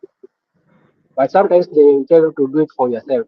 It depends on the type of benefits that the company offers. Oh, wow. Maybe Elijah can because Elijah has said 184 KD, and I'll be given accommodation, feeding, and transportation. Is that 12 hours or there'll be overtime? But it's a good deal. It's a good deal. If it's 184 KD and then you have accommodation, feeding, and transportation, that's a good deal. That's a good deal. Yeah. Yeah. Okay. So this time Rebecca was actually okay, wow. So better they hire you directly, more money they have to in transport. Yeah, yeah. Yeah, if they hire you direct, then good for you, good for you. Because number one, if they hire you direct, you have the power to negotiate you travel, before you travel. If you go through an agent, that is it's the agent who will bargain for you. You are going through the agent, and it tells you like this is the job and this is the salary, because he has already negotiated. But if you are hired direct, you have the power to negotiate. And also the employer will tell you what you expect from your salary, and if maybe the processing fee, all the stages, for us as Africans, you know we have to get our visa. They'll send the visa, and then it has to be stamped at the embassy or consular in your country. So I think that one is around 10 KD. 10 KD, and then you have to undergo the process, because you have to go to the Ministry of Interior and I think Home Affairs, and then you go to the embassy, and then you are talking about airport clearance. I don't know about that. I don't know about that. But if you are coming I through think an agent, maybe the tax that the sometime back the Kenya government wanted to introduce the $500 thing. You remember? yeah, I Maybe remember. it's the same thing. If you carry goods exceeding 500 USD dollars, you have to pay a certain amount. Maybe it's the same thing. I don't know. Yeah, but But for us, most of the people, I think we don't pay. We don't have to do the clearance thing. yeah, we don't have to do that. So I know for us, you have to take your offer letter. The normal process is, once you get your offer letter, you have to go to the Ministry of Home Affairs to get stamped before you go to the embassy, and then you send your passport to the embassy. You pay the 10 KD, you get the entry visa, and then from the embassy you get your air ticket and you travel. That's it. Before that, you have to do a medical, and the company, the employer will tell you which hospital to go. I know most of the companies here in Kuwait, they normally recommend Bayan. I know Bayan in Nairobi and Chai medical centers. Yeah, Yeah. so Okay, the employer, Metro in Odeon Cinema. yeah. So the employer will recommend the hospital you are supposed to go and do the medical. So after you get your visa, you do your medical, then you go to Ministry of Home Affairs, you get the stamp, and then you go to the embassy, you get the visa stamped, and you have your air ticket, and you travel to Kuwait. Yeah, that's the process in Kenya. And if the employer, if it's a direct job, then the employer will tell you that you have to do this by yourself. And if maybe you'll be refunded once you get to Kuwait, they will tell you. If maybe they will fund everything, they'll, because they normally know the process, so they will send the money for you and you do the process. So it depends. If it's a direct job, you have the power to negotiate and you'll know all the details. But if it's through an agent, the agent will do most of the stuff for you. Yeah, sure. Yeah, so I think that's why sometimes they charge money. Yeah. So that's what I've been telling because they are also doing their job. So you have to Yeah. pay them. But some do it. So if you are an agent wanting this be the business, please don't take it personally. Sometimes we should also, like Africa, it's not easy to raise that money to come to Kuwait. Like it is not easy. Yeah. Okay, Elijah said they didn't mention if it is 12 hours overtime. I think it before it went off. It went off the table. For me, I'm not. Yeah, But you that's should good. you have to go through your offer letter so that you know what it entails. Sometimes you if you don't read the offer letter carefully, you might think maybe let's say the company is going to pay you your return ticket to home, and maybe you have been working for 2 years and you've been sending all your monies at home, thinking that the company at the end of the uh, contract, Oh, yes. the company is going to pay for your ticket, or maybe you're going to get a medical cover, only for you to realize that when you get sick, you are on your own. So make sure that you go through the offer letter before you sign even the contract. Some things it can, it is difficult sometimes. You get here, maybe you fall sick, and then you thought that it's all companies that they offer maybe like medical covers and ticket, or even they pay you during your vacation. Only for you to realize it doesn't happen that with some companies. So it's always advisable that you read thoroughly through your offer letter. Wow. So, okay, this question is something to answer. In the, they may say, something they will pay you maybe 20 or 120, and then when you come, yeah, does it happen? Can it happen?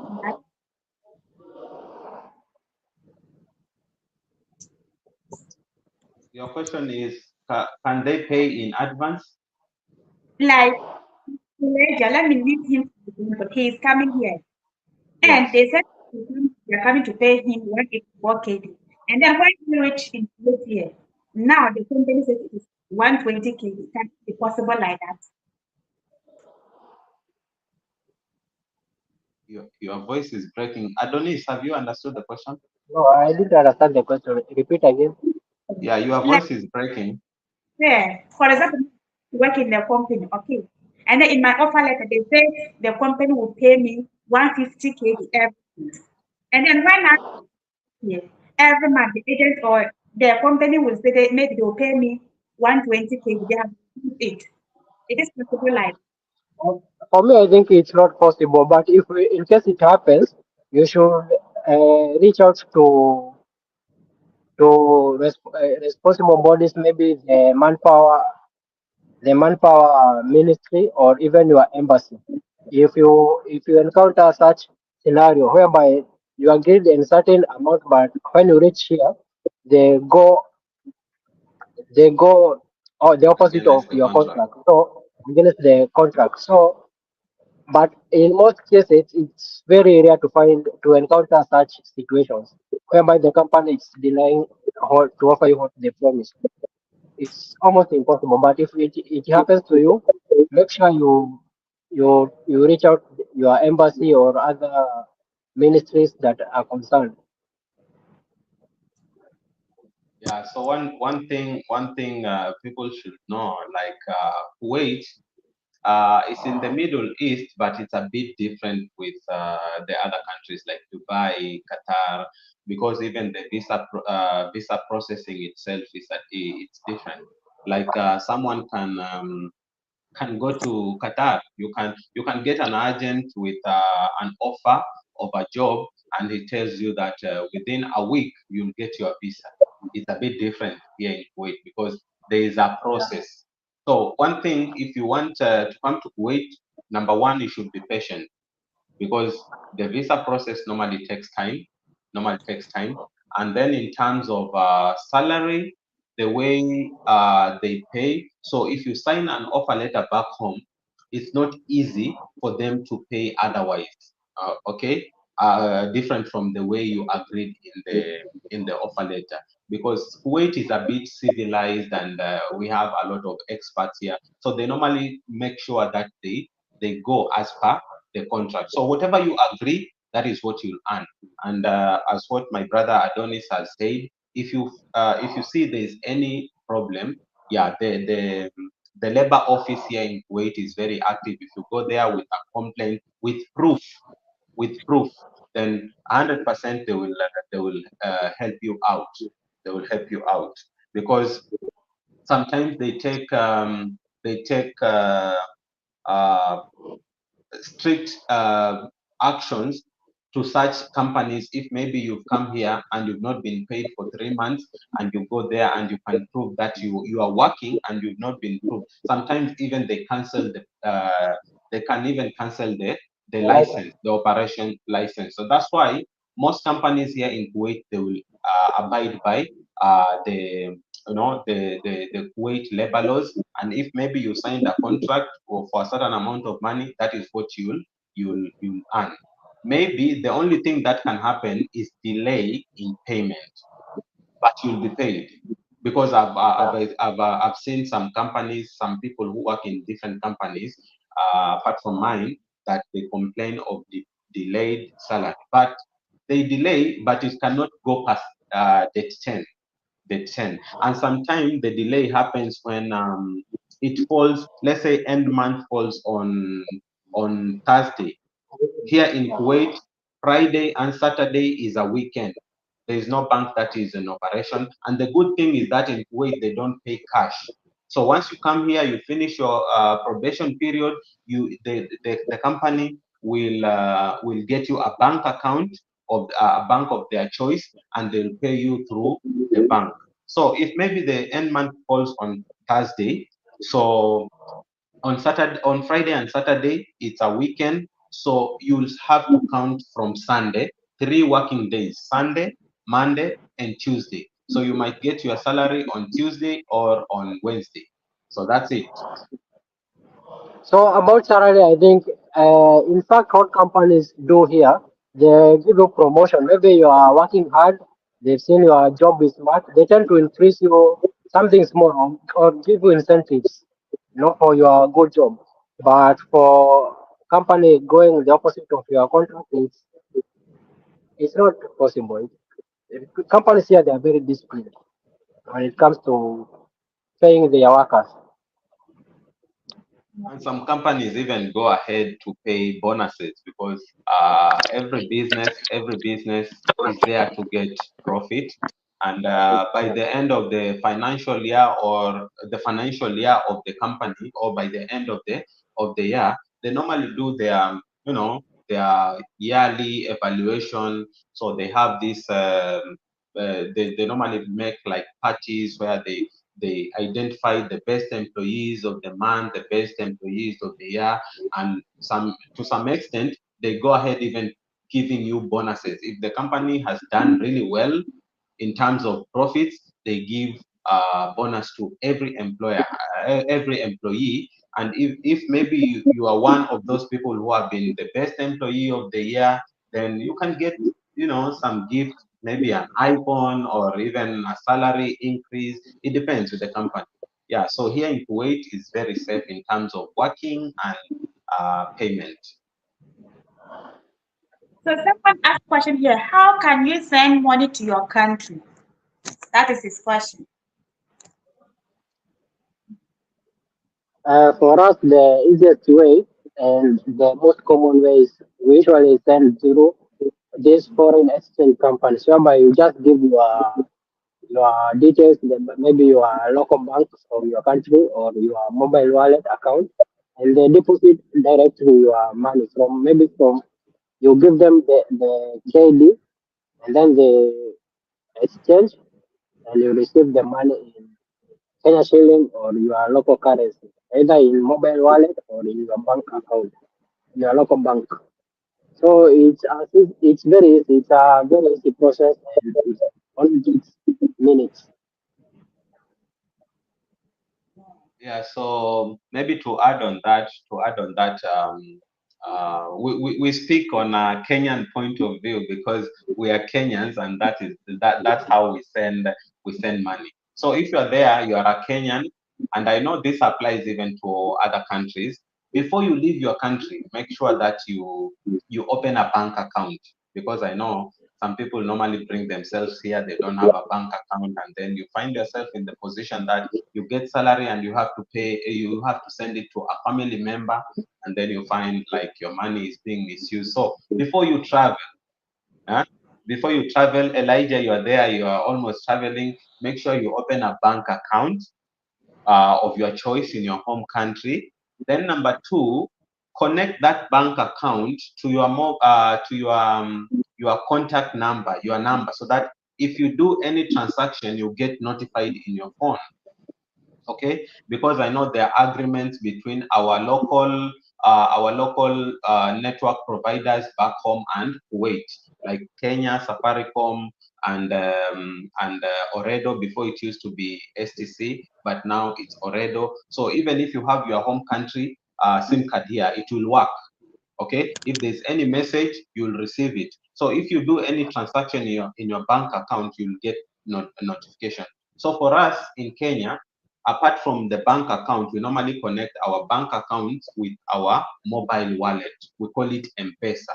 So for me, when I get my salary, there are two ways. You can channel it to your bank account, though from bank to bank, it normally takes time, but from bank to mobile wallet, it's on the spot.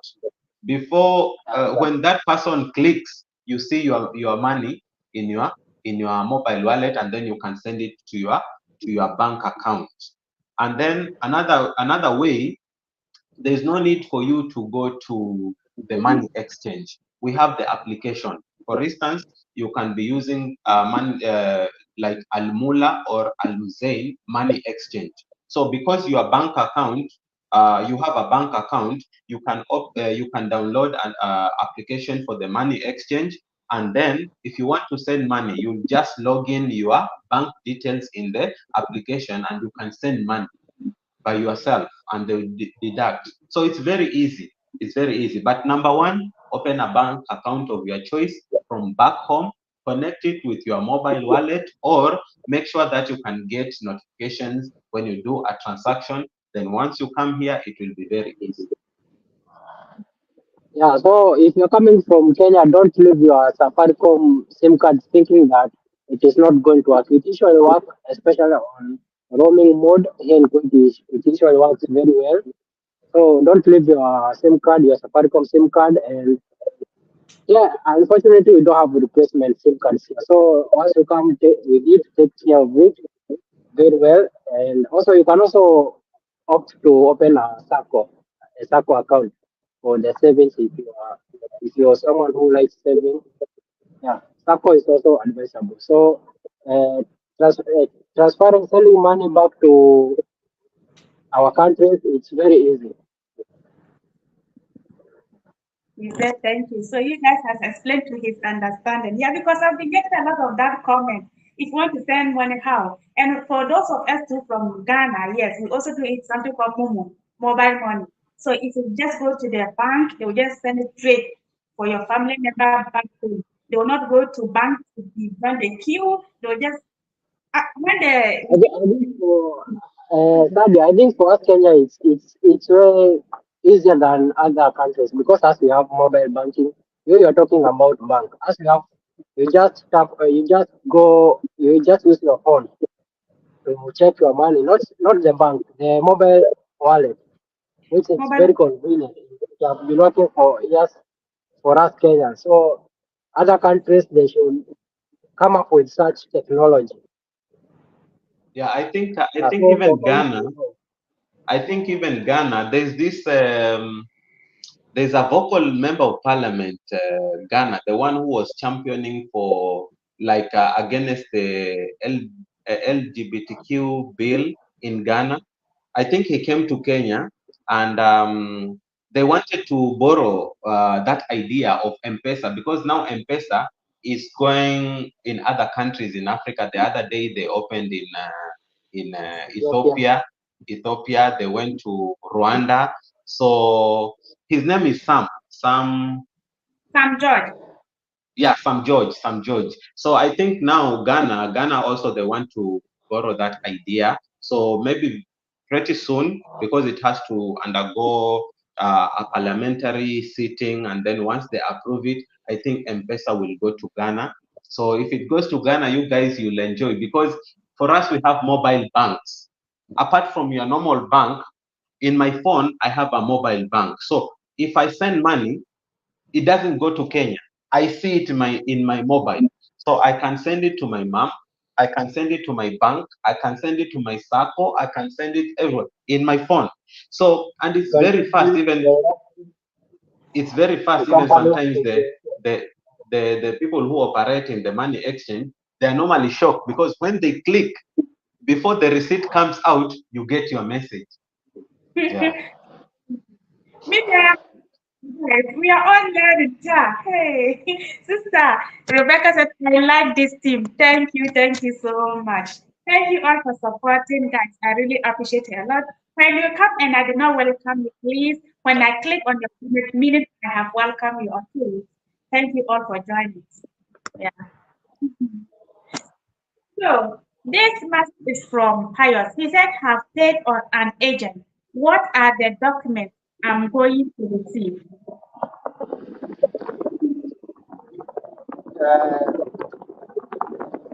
What I usually advise people before making any payment with these agencies because uh, and we are not here to tarnish the agencies' names, but we've seen it happening with agencies. Before you make any payments with the agencies, do your due diligence. Make sure you know that these agencies they have a visible company, a visible office somewhere before you lose your money. So always make sure you do your due diligence. And me, I usually advise people if you want to make payment, either you pay half or You pay once you get your visa, and the visa should be attested before you commit yourself. But for something like medical money, that one you can pay. But if you pay for the commission, I always advise you pay after you get the visa. So the documents that you're going to get, it's your offer letter and your medical results, and also the visa itself and the work permit. I think those are the most common documents that you are going to get, unless either you have something else to add on it. For me, what I can add on, I think the best way is to take him through the process the way I did it. Okay, and I know I've helped a number of people. Is the same way. Is the same way. So you are right. Like before you commit yourself to pay the commission, you have to do your diligence, because we have real agents out there and we have fake agents. Okay, so like for us in Kenya, you can even go to Google, because Google is a search engine. You can search the accredited manpower agents in Kenya. It will give you a list of all the companies. So if this person has told you that he has a job offer in Kuwait, first of all, know the name of their company, know where their office is, and then go to Google, search if that company is available.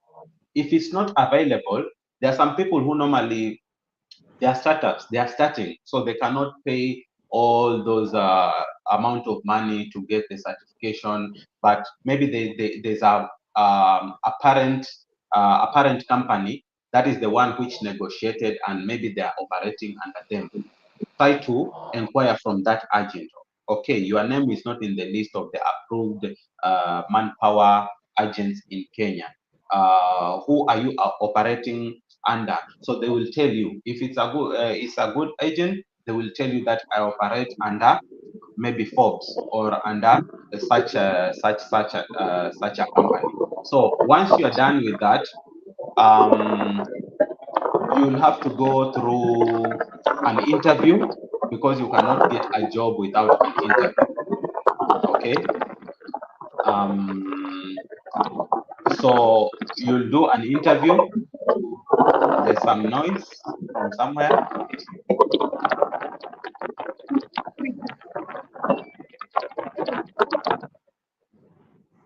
Oh, thank you. Thank you. All right. So um, the interview is done in three ways. Sometimes the employer sends a delegation from Kuwait to Kenya, especially if they are employing or they are hiring many people.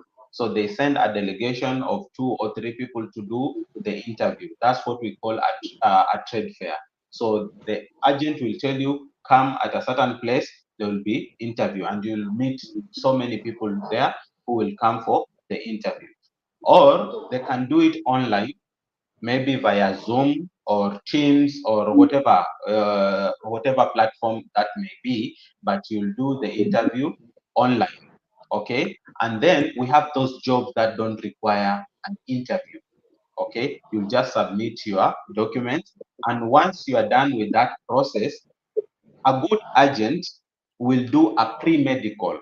So if it's a big company, they normally have their team in that office, a medical team that will do a pre-medical for you, because what people are paying for the commission, and the commission is mainly to pay the people who work in the office. So if maybe they don't have a medical team in that office, they will refer you to a certain medical center or a hospital that will do a pre-medical, because there is no need for them to start processing your visa, and maybe you are sick, maybe you will not take that position.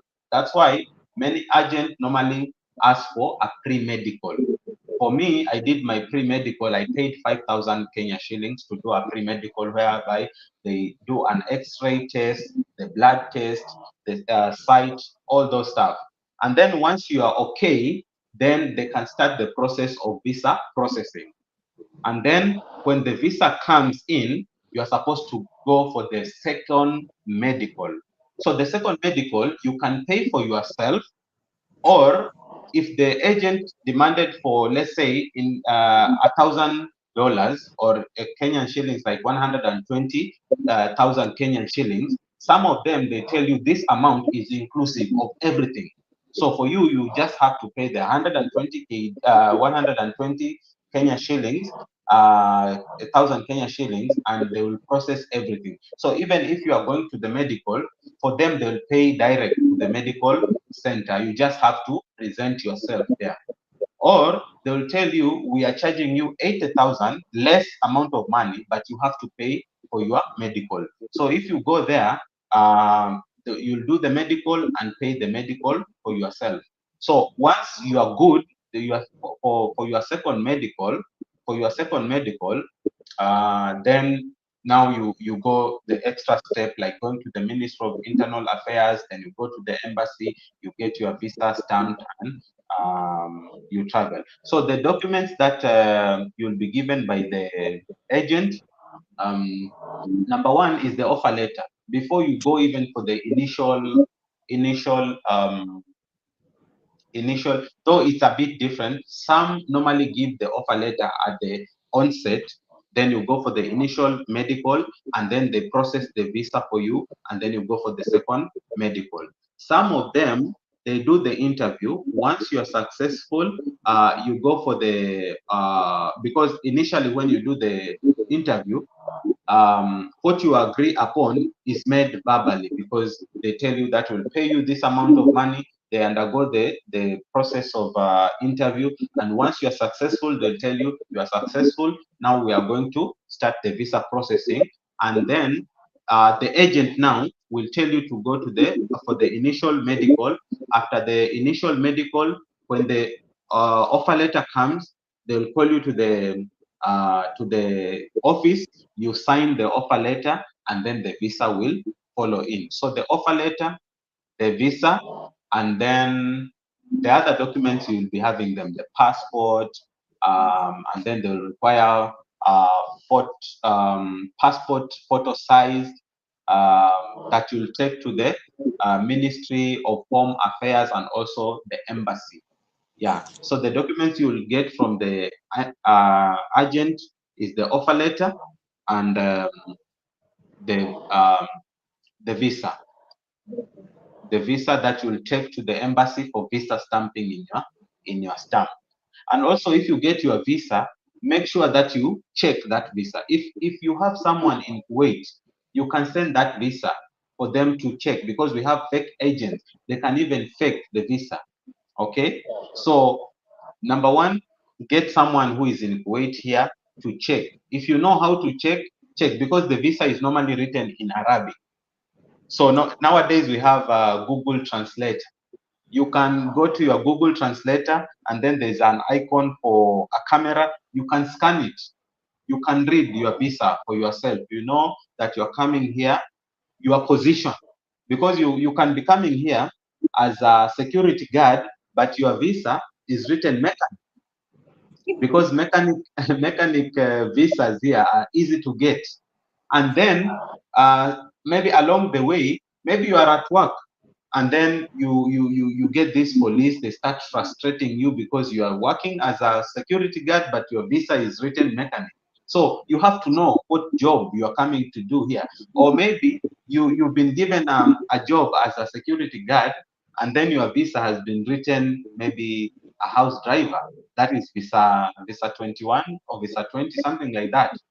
So if you Visa come 20. here, yeah, visa 20. So they'll take Or you even, to, or even maybe your visa is from what? It's maybe it's from Mubarak Kabir governorate, but you're supposed to work in another governorate as well. You know. yeah, that will land you into problems. So you have to know. You have to know, because if you come here and they give you a driving license and you're a house driver, they pay you maybe less of what you are earning. You cannot complain, because even if you go to labor office, they will check your visa. They will check the offer letter that you have. So if you start saying, oh, but I came here as a security, but your documentation says you are a house driver. So you have to cross check your visa before you travel. That is very important.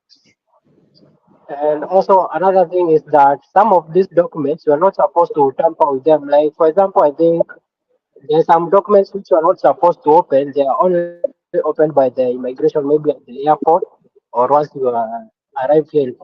I think so. There's some documents which you are not supposed to tamper with them. Like they will tell you these documents, make sure that you don't open them by yourself. Wow. Amazing. So in fact, Elijah just wants to said that is good. Because keep the questions coming. He said now, I would love to know how it is when you get there at in terms of pocket money. What is the first what is the first what is the least amount you should have in me? Suggest in dollars. I will convert to my okay. So for this one, I think those of you have to answer because for me that you just work in the house. Now, there's no need for you to put in the pocket. But those of you working for somebody, I can't tell. So you guys have to answer him, please. And go Okay. fast, Uh, Adonis. okay. What happens? Most of these companies, after they give you job and you arrive here in Kuwait, they're going to give you advance money, whereby they're going to give you, let's say, like either half of your salary. Let's say if you came, for example, maybe you arrived here in Kuwait, like let's say you arrived in date 15, on date 15, like today or yesterday. How they're going to do? They're going to give you some money as an advance so that you can be able to buy things for yourselves here and there, food, water, and little things before you start working. So on arrival, most of the companies they're going to give you 30 KD, 40 KD, 50 KD, or even 100 as an advance. And then once you start working, they're going to deduct little by little from your salary. So you can choose to come with money, especially maybe in dollars, or you just come without money, depending with the. What I know is that most of the companies they usually give advance.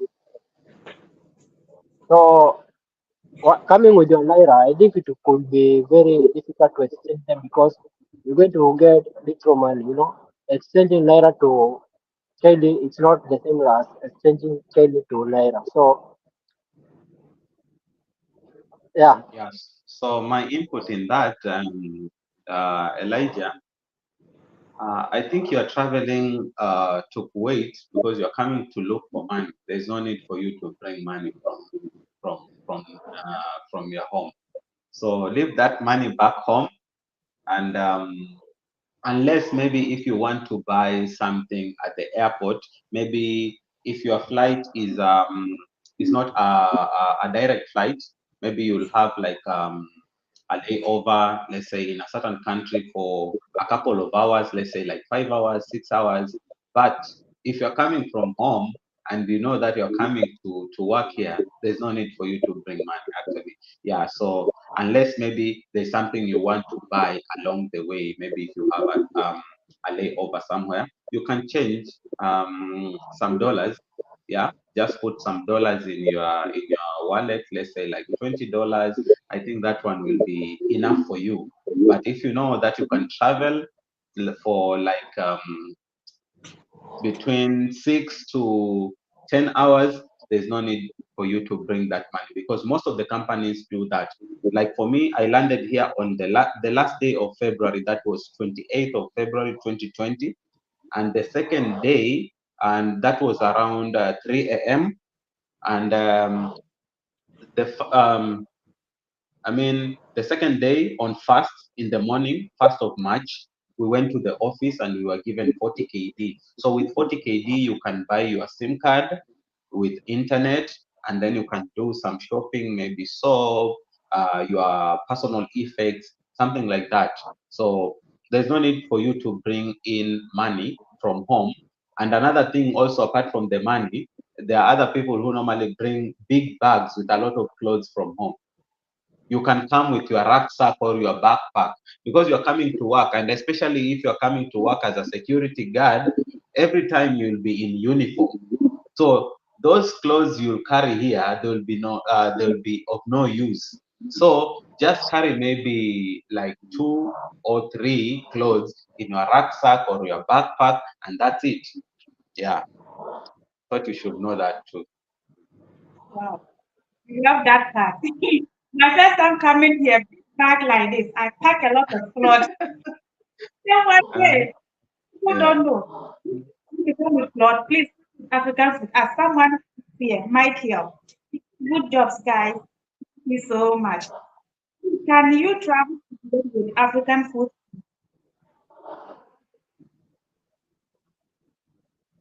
Yeah.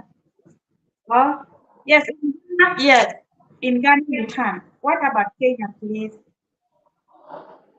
Yes, you can carry some foodstuffs, but there are those things that you cannot carry. If, maybe you can carry good foodstuffs that are not easily perishable, and some foodstuffs they are not allowed in the entry, like in the airport. Some they'll be taken by the security.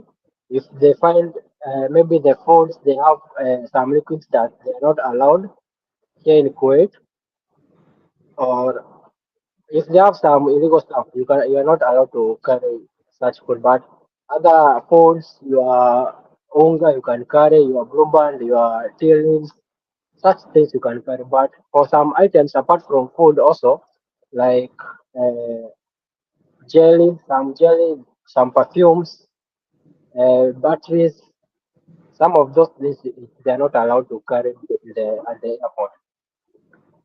No, okay. Wow, that is great. Yeah, there you have it. There you have it. If you have any food from home, you can bring it. In But if fact, you're coming here for the first time, what I can recommend is that instead of carrying many clothes, you put a lot of food in your bag. Instead of carrying, you just put a few pairs of trousers and t-shirts, and the rest is food. Because that when you come here, you're going to eat a lot of rice and pepper. You know. yeah, that's exactly what I wanted to say.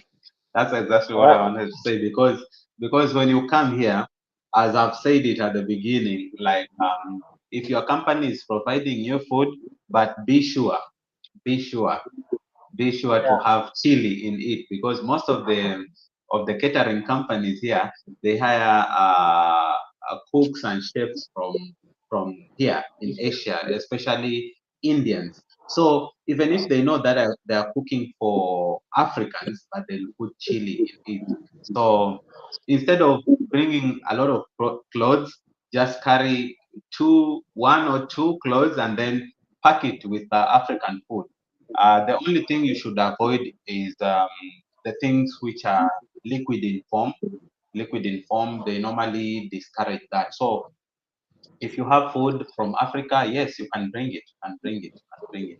And then once you're here, then you learn more of the things that are allowed and those which are not allowed. So once you go back home for vacation or holiday, then you can bring even up to 2 bags of your African food. Yeah. And also, in addition, now that you are talking about things that you're supposed to carry and you're not supposed to carry, uh, at the entry, at the port of entry, which is most likely to be the airport. I know sometimes they don't do like that are checkups, but in case they do, in your phone, don't have things like VPNs, those ones. If you have VPN, you might land yourself in trouble. Also, if you're coming to work, don't carry documents like school documents or such. If you have to carry them, maybe you put them on soft copies. You know, they can decide to do a checkup in your luggage only to find that you are carrying school documents or other documents, whereas you are coming to work. Wow, that is great. So, those of you working in the company, if you want to go back for vacation, it is the company's responsibility to buy you guys tickets or you to buy it by yourself. Because we those working in the house, it is their responsibility to buy us our ticket. If we want to go and come, they'll back in and out for you, but for the company, I cannot tell. So please, you guys should filter it because I get that comment a lot too. Uh, for us, you just buy your stuff. You buy anything that you want. No, I think the question is about air ticket, right? Yeah, I mean, Yes, yeah, right. Oh, it's about air ticket. So, as what Ben has said initially, like before you travel, make sure that you read that offer letter, because that offer letter is just a single paper or maybe two papers, but that is what will take you through the entire time you stay here in Kuwait. So, if maybe it's in terms of salary, the salary you'll be paid will be included there, and the other benefits like if it's transportation, food, accommodation, like for us, we have laundry, you see, all those things, medical cover, it will be included there. So if the company is providing air ticket back home after 2 years, they will tell you. If you are getting annual leave, it will be included there. So we have companies that give annual leave, which means your contract is for 2 years, but after 1 year, you can travel back home. So if the company is giving you air ticket after 1 year, they will tell you in the offer letter. If the company is giving you a ticket after 2 years, but you are eligible to go home, like for me, my company, I'm eligible for a company ticket after 2 years, but I can go home every year. So, which means if you come here in Kuwait after a year, then you can go home. You have to buy your own ticket.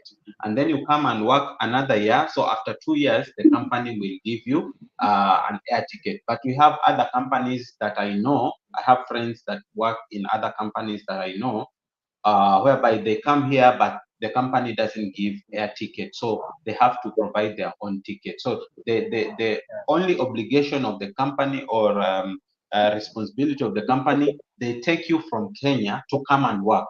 The rest is up to you. Like for, if you want to go home, maybe you are bereaved, you've lost someone, you are going for emergency leave, or some companies, here they give paternity leave. Maybe you're a man and your wife is back home, she's about to give birth. Yeah, you can get 14 days of paternity leave. Medical leave, 14 days, you can take 14 days, or emergency leave, you can take 14 days, or if it's an annual leave, yeah, but all that you have to pay for yourself. Okay, but if the company has stipulated in the offer letter that you'll get air ticket after 2 years, then guaranteed you'll get that air ticket. I see. That is great. Wow, wow, I see. So, Mom Betty, thank you so much for joining. Jojo, thank you so much for joining. I really appreciate it. Mom Betty said we've been manually for too long. Some people have been here for so many years, they haven't traveled, sir. Trust me. And me, I don't know, me, I go home every 4 years, and I don't even know what's wrong with me. I'm not the one buying the TV. I go home every 4 years. You see? You go home every. Every 4 years that I go home, and I don't know what is the problem, sir. I don't know what's wrong with me. Wow. Yeah. So, so, Elijah said, can I make withdrawal from any other monetary account using my ATM card when I arrive? I think dollar to Kuwait is a better rate than naira. We said earlier. I Mm, think I think your card should be some of these cards you can be able to withdraw at the ATM while others you cannot. But if you have maybe a Mastercard or a Visa card, you can be able to withdraw money from most of these ATMs. So it depends with your card. But okay. if you don't have maybe Mastercard or Visa card, you can even opt to transfer your money maybe online to your account that you have the card. maybe you have a national bank card and you have your local bank card. So what you do, you just transfer the money from your local card to now your current bank, and then withdraw all the money from it. Oh, So my input in that, I think Elijah, you are coming to work because in as much as maybe you'll have a Visa card or a Mastercard, because if your bank card, your ATM is written Visa or Mastercard, you can transact anywhere as long as maybe if you come here, there's an ATM there, you can use your card, but the transaction cost will be a bit higher So because you are coming to look for money, there's no need for you to bring your card and start using your naira in Kuwait. Kuwait is a different country. It's not like those other countries, like if you come to Kenya. Because remember, Kuwait has the strongest currency in the world.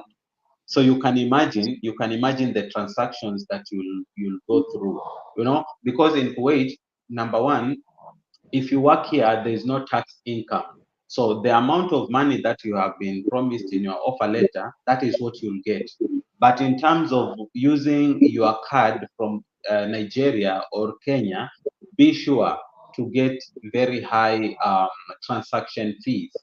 Because remember that card, if it's a Mastercard is from the US and you're using it here in Kuwait. So they're supposed to be transaction costs. So if you at all you want to use money here, if you want to use money here, withdraw your dollars from Nigeria.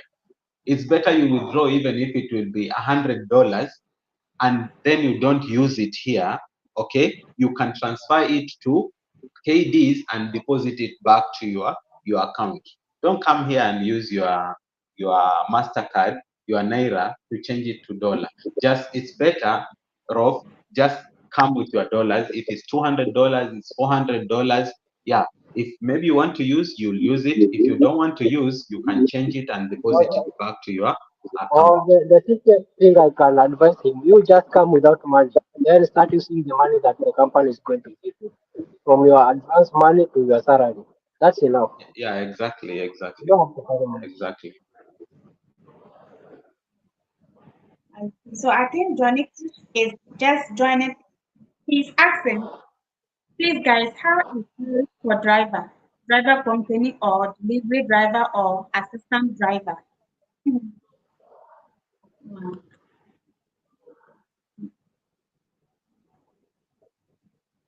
For that Okay, one, you asked about the driver salary. So what we started by saying, everything here in Quid Falls depends on the company. Everything depends on the company and your agreement with the company. How I'm going to be paid is different from what leader is earning. You know,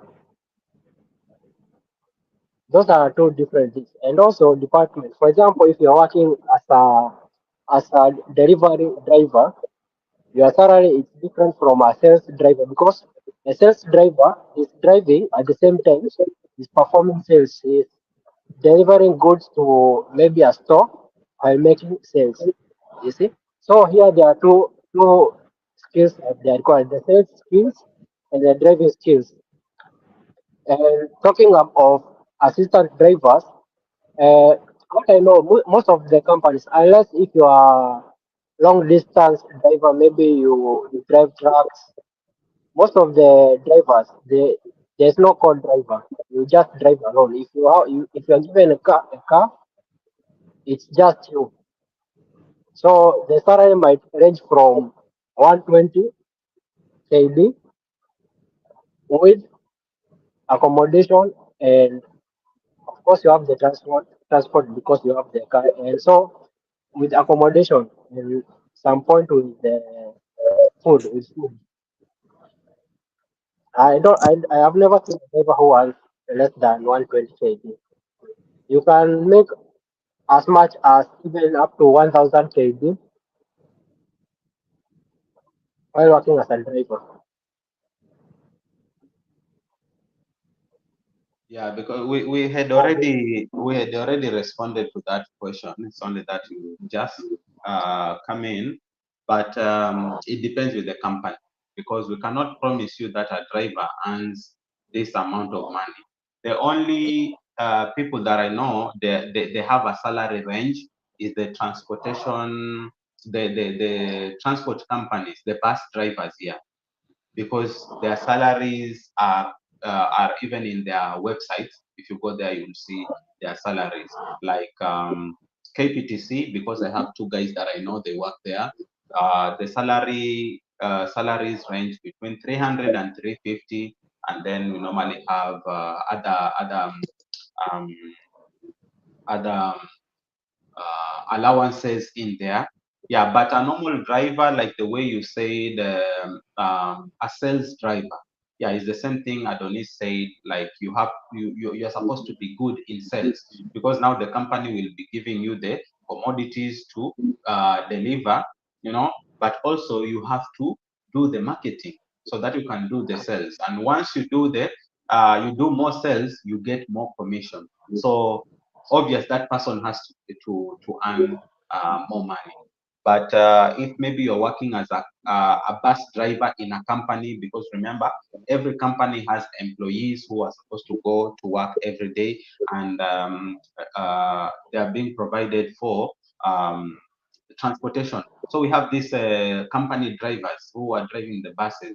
Yeah, it cannot go under 120, some and 150, 180, up to 200. It depends. And also with your experience is an added advantage. Okay? Yeah. Yeah. For me personally, no one delivery just is from Ghana. They're paying 120, so every company. So Michael said many bags is when traveling to consider to the food stamp. One intent carrying had some countries affect 20 Yeah, my yes, 23 too. I think that so it's true. So now, but this, now what I am seeing as a American is oh my God, let me take it. Now what I'm seeing as American African women being married today in small countries and Russia. I know some will be taken care of well, but what about the others? Uh, Again, yeah, we never knew about this 2 years contract ever until I met Sadia. Yeah, so it is 2 years contract. So if you know you are a married man or a married woman, you can't stay with your husband or your wife. Please don't come here because it is 2 years contract. And in company that and Ben was saying, everyone is we those working in that 2 years. If you didn't 2 years, you will not go make something happen that you need to do in that. So no, you can't leave your wife or husband there for that 2 years. Please.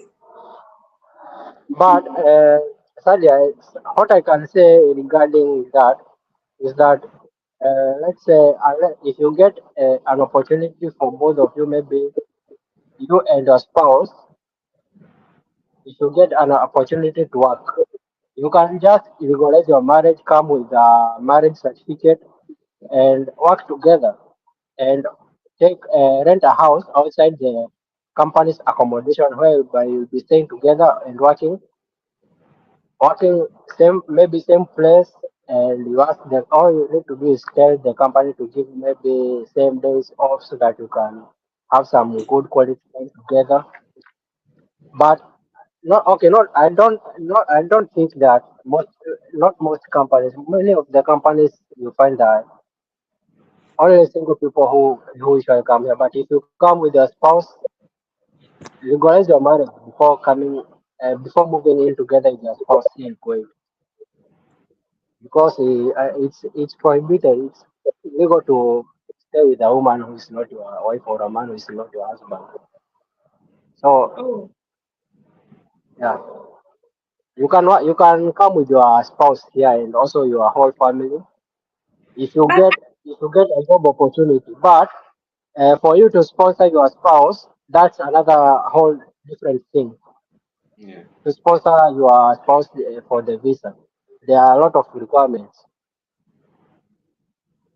that is what Okay. I wanted. Before, yeah, before I chip into that question, there's that point Michael Oburu was asking about how many bags one should carry when they're coming to Kuwait, because they say I had some country accept 23 kg weight.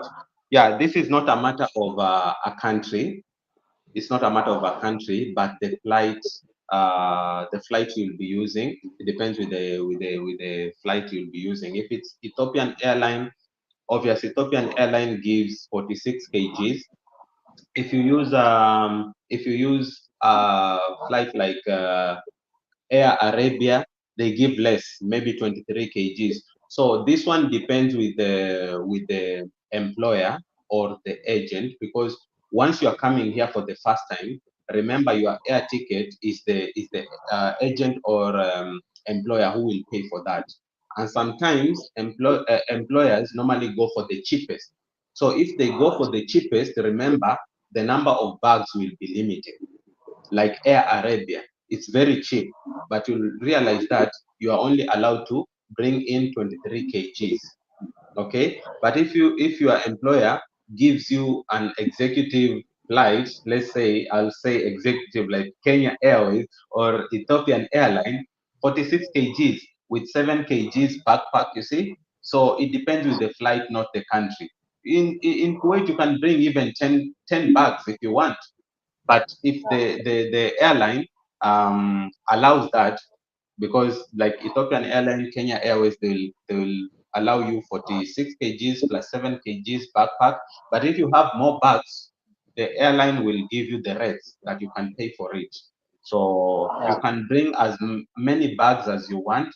It depends with the airline that you'll be using. And if you have more bags, you can pay. You can pay the extra fee. And then the other point you are talking about, maybe here in Kuwait, if you can stay with your husband. Um, Most of the companies here, uh, they don't have that opening like to bring a husband and a wife.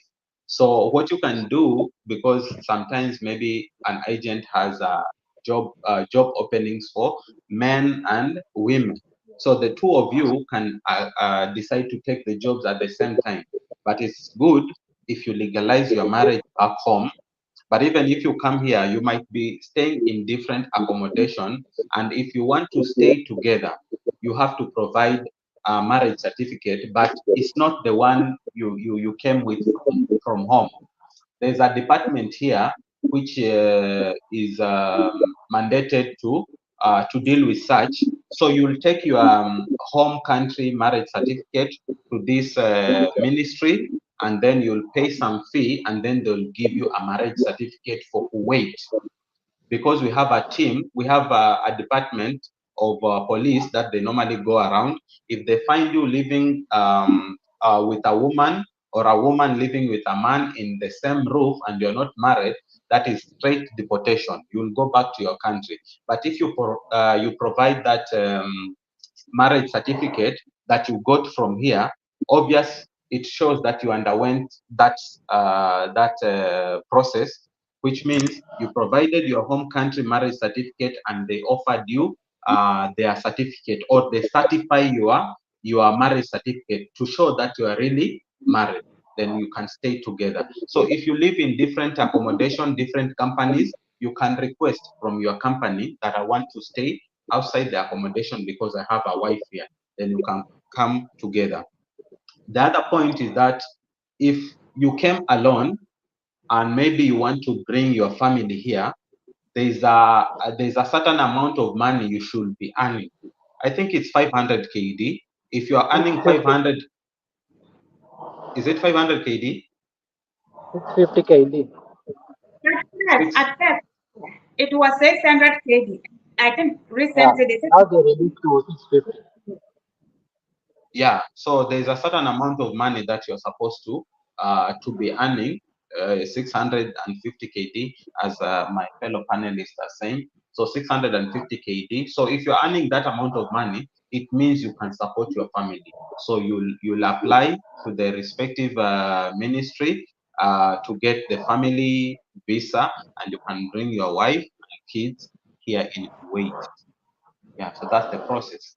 Yeah. And also maybe sometimes they might even require you to be maybe a manager in a certain company or even have a degree from university Yeah. apart from or even have a driving license. So staying with your spouse here in Kuwait sometimes it's a whole process. thank you guys for that. Yeah, because some people just been asking me that questions a lot. Can I come to Kuwait with my family? So, Elijah, I am a master. Okay, okay. I have a master. He said 1 equals to 5 naira. That's so good to know. Ma'am, they said I do understand why. If there is not enough work in the country, they you have to find somewhere else to survive. Exactly, it's not easy. Let us say, Didi, you are. Elijah, let me ask this funny. Has any new home with this cash? First, for me, yes.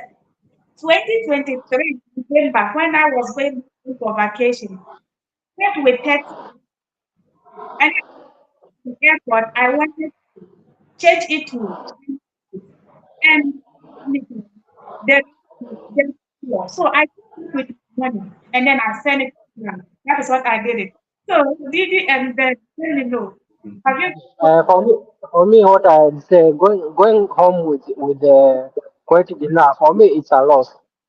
Because remember the exchange rate for Kenya shilling to for I mean if you have dinar and was to change to Kenya shilling, it's not the rate will be lower than exchanging the Kuwait dinar to Kenya shilling. So for me it's a loss. I know someone who went home with Kenya or with Kuwait dinar, but only for him to go there and exchange and find the rate was very low. So if you happen to go with them, unless you find a good person who is traveling back to Kuwait and you do the exchange in a friendly way, whereby he's going to exchange you the dinar in Kenya shilling with the current rate. But going back with the Kuwait currency, it's a loss for me. So if you go back to your home country, it's better you do the exchange while still here in Kuwait. Okay. Let me answer let me answer this question the way he has asked it, because this question doesn't require a very serious response, because he said it's a funny question, and I Yeah, understand. The first time I went home, I carried dinar, simply because yeah, simply because and I agree the fact that Adonis, you're saying if you take dinar home, then you'll not be doing justice to yourself, because the exchange rate varies, and yeah, I'm a witness to that. So my response will be the first time I went back home after 2 years. Remember, when I came here, I stayed longer because of the pandemic. There were no flights, so I stayed here for yeah. 2.5, 2 years and 3 months before I went home for vacation for the first time. But right now, I go less than a year. I normally go home. Yeah. So the first time I took dinar home, some dinar, because I was flexing with my family, like because I was shocked. I used to hear like this country has the highest currency in the world. So when I did the first exchange at the initially, because the first month we were paid in cash because they had not processed the bank account. So we were paid in cash. And I was like, So I've been here for 1 month, but I was paid this much of No money money. because yeah, like what Elijah was saying, one Kuwait dinar is 5,000 naira. You can imagine 5,000. So if you come here 5,000, you'll be given only one note One note. of dinar. So I was given my salary in an envelope. So when I removed the money like this, I was shocked. Like, only this? But when I went to the exchange, when I changed, it was a lot of money back home. Yeah, so I started flexing with my family, like, hey, this money here is very strong. So they wanted to know. That's why if you go to my YouTube channel, you'll see I did a video of the highest currency in the world. You'll see the money in there. So I wanted my family to see. So I carried some notes. I carried a 20 KD note, a 10 KD, a 5 KD, a 1 KD, a half dinar, a quarter dinar, and all the fields because I wanted them to see all the money. So by the time I was almost coming back to Kuwait because I stayed for 2 months, 62 days. Yeah, so when you are at home, you have projects to do, you use a lot of money. So I was a bit like bankrupt. I didn't have money. So I said, now this money, let me try to change it because it was some money, 30, um, 20, 10, that's 35, 30 something KD. I said, let me go and change this 30 KD so I can do some stuff. So I went there, first of all, to get a money exchange to change KD is very difficult. Okay, it's very difficult. So I went around and I found this guy. He told me, "Oh, let me call my friend because he has a family member who normally comes after 3 months. He normally changes money." By then, I think the rate was at 390 Kenya shillings. A KD was equals to 390 KD Kenya shillings, but the guy was willing to change the money to give me 300. You can imagine. So I said, hey, no. So I didn't. You better say Yeah. So I didn't change the money. So I've answered that question in a funny way because I took money home the first time I went home. Yeah, because I wanted to flex like this is the Kuwait dinar. Yes.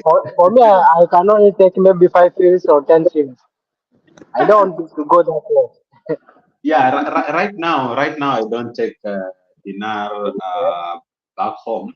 Yeah, but I did it for the first time. Wow.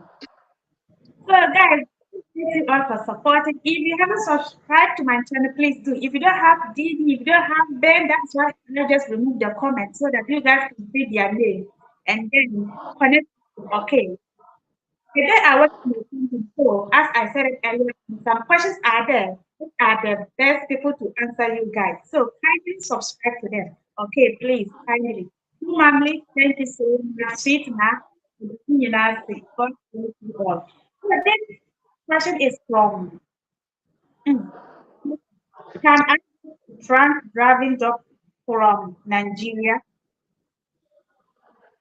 Mm, that is Before it. we respond to that, because there's a point here that we touched it lightly. I don't know if the person who asked the question is still here. The one who was saying she's American. I am Betty J. Gathers. Is she still Uh, in? um, I which am question? Betty. I am Betty J. Gathers. If you're still here, there's a point that you made about African women. Now, what I am seeing as an American is African women being married off to Chinese men in small countries, towns, and Russia.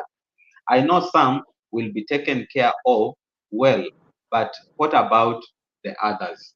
So initially, when I read this comment, I didn't understand.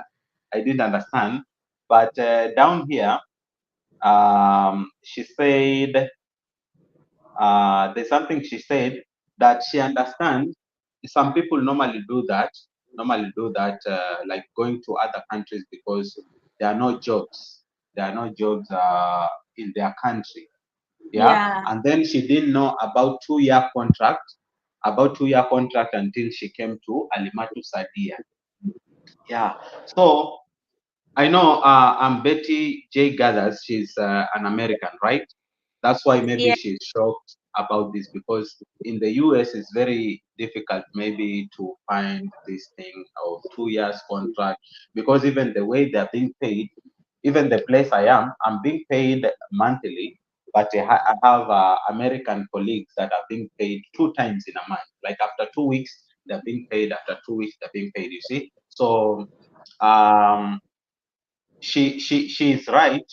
She's right. But we also, what I wanted her to know is that it's not necessarily that when you travel out of your country, there are no jobs in your country. I know the rate of unemployment back in Africa is a bit high, and it doesn't mean that there are no jobs. There are jobs, because before I came here, I was working somewhere, though the salary was less. So it's the same thing. It applies to the Americans. We have so many experts here: Americans, Europeans, Canadians. So even you, I am Betty J. Gathers. There are so many jobs that you can do here. Okay. As I've said, I will not disclose the place I'm working, but if I mention something about recruiters, the Americans call them recruiters. Yeah. The fact that Americans come here in Kuwait to work, it means the jobs here, they are paying more than the US, because in the US there are so many jobs. So even you, I am Betty Gathers, you can come to Kuwait. The good thing here, there is no tax income. Those people who are working here, the Americans working here, they don't pay tax. So if you know you can work here, just find out with the recruiters that you have in your country. We have companies here like KBR. If I mention this, I know she will understand. She will understand the jobs she can get out here. We have KBR, we have Lados, we have Amentum, we have V2X, we have Vectras, we have um, yeah. I hope you understand. So if you are still there and you want to come to Kuwait, come. Kuwait is a great country. It's a nice country, and you will save a lot because you will not be paying the tax you pay back home. Yeah. I thought she should know that. Yeah. And say, add it to some people always ask me, it is only Kadama jobs are available in Kuwait here. Like some people don't know that people are earning a lot of money here. Oh. It's not only Kadama way. Okay. Yeah. Yeah. So even teachers, the way they pay teachers here is not easy. Good salary. By the Teach by nurses. the way, for Kenyan women, I think they are not allowed to work as house helps in Kuwait. Yeah. I think there's no law for. I think it's either they were banned or something. I don't see Kenyan women coming to work as house helps in Kuwait. They, Maybe other jobs you can try. they used to work as the Kadamas, house helpers here in Kuwait, but I think there was something that was going on. You remember what happened between Kuwait and the Philippines the other day, when they were canceling the Filipino visas and they were not allowing, because of what happened? Yeah. So there's something that happened back in 2013. I think Nothing. 2013 is the last time when Kenya they banned. I don't know if it's Kuwait that banned Kenyan ladies to work here, or it's the Kenyan government that stopped Kenyans to come to Kuwait, something like that. So since Let 2013 up to date, me say yeah, they this don't for allow Kenya. Yeah. you. It is the Ghana president who banned the ladies not to come to work here as a Kadama. Yes. For Ghana, the ladies want to come here to work.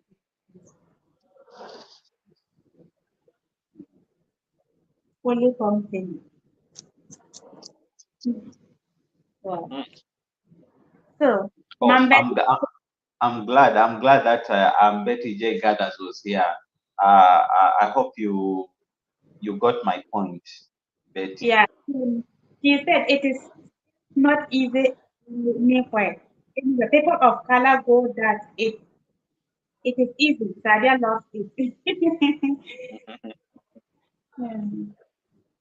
Wow. So amazing. Nice having you guys here. And me, sir, I have also learned a lot today. Yeah. So, yeah, this question, he says, how can I get a trunk? Let me see. The question Yeah, is, from Neka. Neka, can I get I, a truck driving jobs in from Nigeria? yeah, And hmm, also Johnny Cash has asked the same question.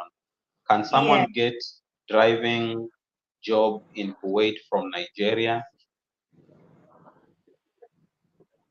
Yeah. hmm, Yeah, maybe if I can go first, yes, you can. We have a lot of Nigerian drivers here, drivers from Nigeria. So yes, you can get a truck driver job in Kuwait uh, through the same process. Either you use an agent, like what Elijah has told us, or you search online. You can search online. Once you get a good employer who maybe at that time they will be hiring, obvious maybe they'll because truck drivers is a bit different from a normal driver. So you know how you deal with the truck. So even in Europe, that is what they do, because I know there are people who come here in Kuwait, and then you have agents who take people from Kuwait to Europe. So what the employers normally do, they ask you to take a video, or maybe someone is taking a video of you starting the truck, and maybe they will ask you what to do, so you can show it in the video. Or yeah, there's a way that maybe if you apply online, the employer will seek validation to know that really you are qualified for that job. So there are two ways. Yes, you can get a truck driver job maybe through an agent, or you can go online and search. There are so many platforms online that you can use to get wage jobs. wow. Yeah. You can go to indeed.com. You search KW, that is Kuwait.indeed.com. That is a platform you can get Kuwait jobs. You can go to Glassdoor, that is another portal. You can go to Bait, BAYT.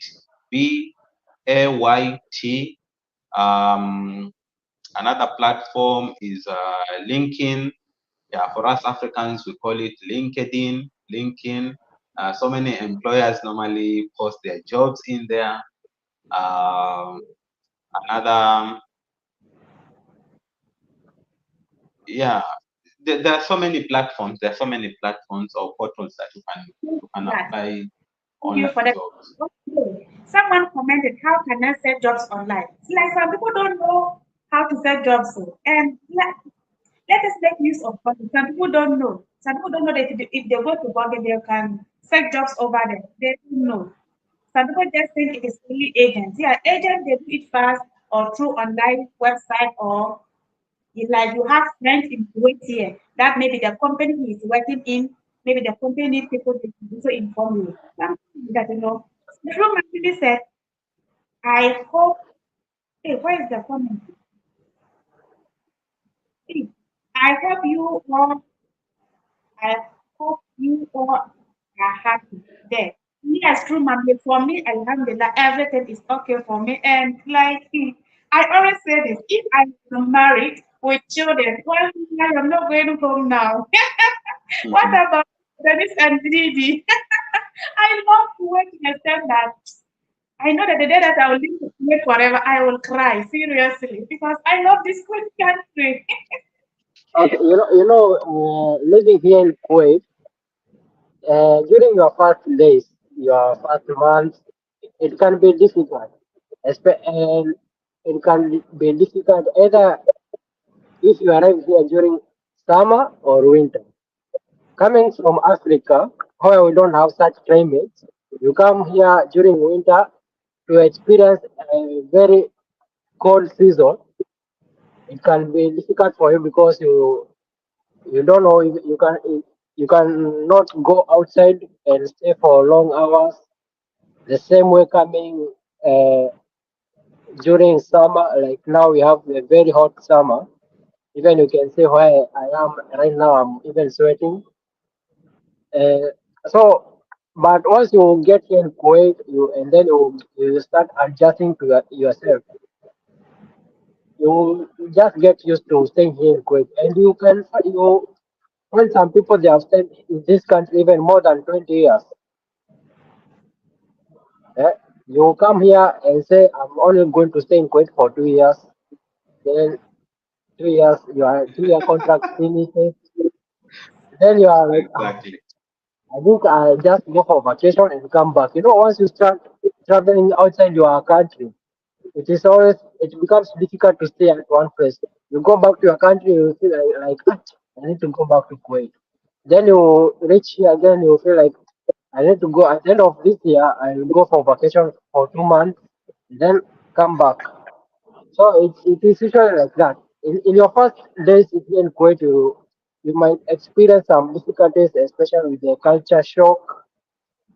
But once you adjust and get used here, you stay in Kuwait and learn things, how to maneuver.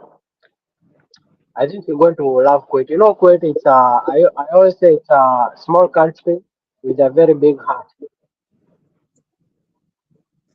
And then the KDs. Remember, Look this at this, this man. money here is yeah. Yeah, So even when you are saying like maybe you might say I'll not stay here long. I'll go back home. You reminded me of my supervisor.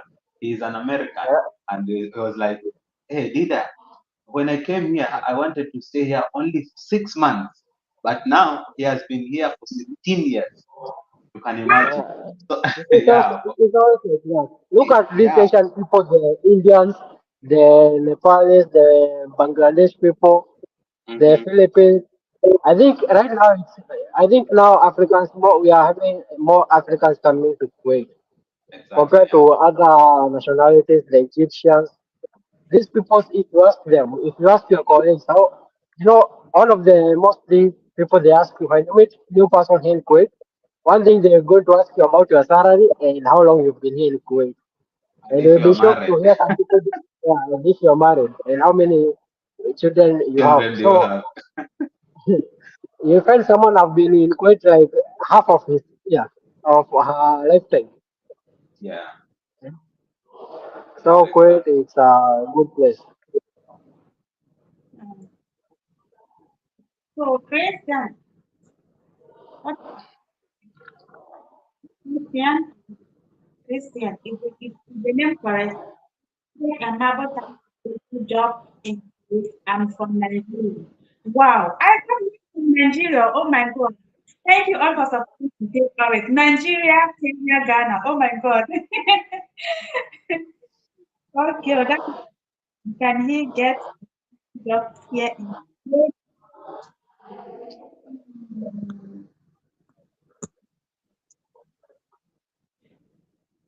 So Didi, can you answer him? I think through Oh, it's the about the marble tiler operator. Marble tiler operator. What job is that? Uh, I think it's not tight. The same that I think we have I don't know how if you are still here, please kindly explain it more for us to get you well. Okay, please. Let's yeah. measure But before. generally, what I would like to insist about getting jobs in Kuwait, look for agencies. That's one of the easiest things. But if you are someone who likes to do research, go look for companies. Go to their websites, and at their website, you're going to see three lines like this. Then when you click there, you go to career section. If you go to career section, you can always filter the location, the job description, the keywords, and see if there's a job that fits your skills or Qualifications. the kind of job that you are looking for. So always, if you come wherever you come across a company, Go always make sure you go to their website. For example, I don't want to say much, but you can see the shirt that I'm wearing. There's a name written on it. Go on the search engine, search the name that for this t-shirt that I'm wearing. Look if there's a company under the search name. Go to the career section and see if you can find a job for yourself. And once you find, most of the time they're going to fund your process, the whole hiring thing. So that's how easy you can get jobs, uh, apart from using the agencies. Especially if you don't have money to pay the agency, then you have to commit yourself to doing a lot of research on LinkedIn, follow the HRs there's an app called Gap or something of the sort. There's Beta have said there's so many places where you can get jobs. So it's a matter of patience and doing research. Naukri. Mm, I know that one. Naukri. That is so. Elijah said, Alimatu, Mekdi, and Adonis. May God bless you. And we will follow you guys. Oh wow! Thank you, Elijah. We, Thank you so much, Elijah. Thank you so much, Elijah. we have been here from start. Thank you. In Naka said, please, how much is the salary of a trunk driver in Kuwait? I think we answered it regarding the driver salary before. So We said it depends with earlier. the company. For them, it's money. And the driver, especially in this house, who were having the driver here, he was the one taking the children to school. So later on, he got his waiting and everything. He's driving his own car. When he takes children to school, he will close to here and bring them back. The way this young man is making money, if you see that he has a bill, he just putting his mouth. So the money here was so much.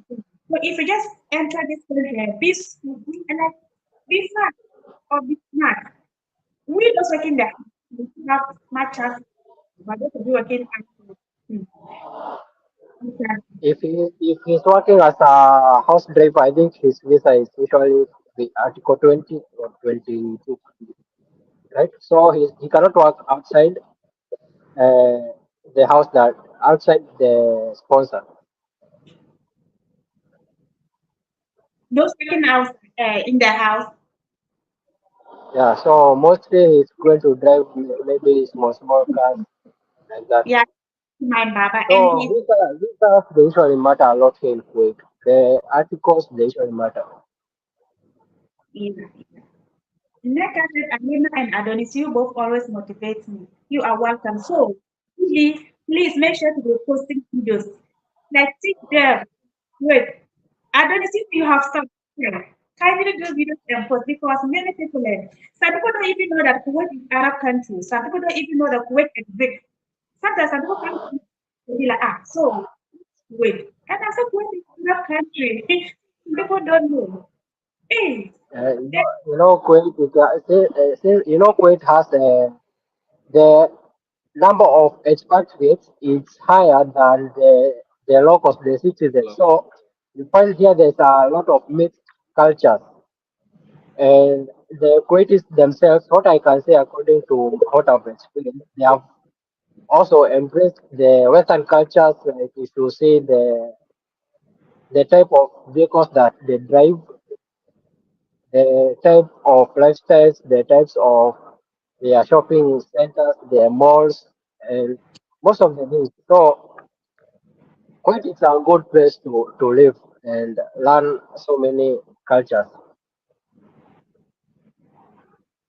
oh, so, Benson said, hello guys, how much does member make in Kuwait per month? So, Sidiri and Adil, have any knowledge about it? About numbers, for me, I don't have an idea, but if you go to the Google and check, you can always get the minimum or the approximate salary for the plumbers or other Okay. people who are working in construction companies. Okay. Me too, what I know is that some of the plumbers, maybe if something spoil in this house, then they come. Just the few hours that they spent here, they have to collect the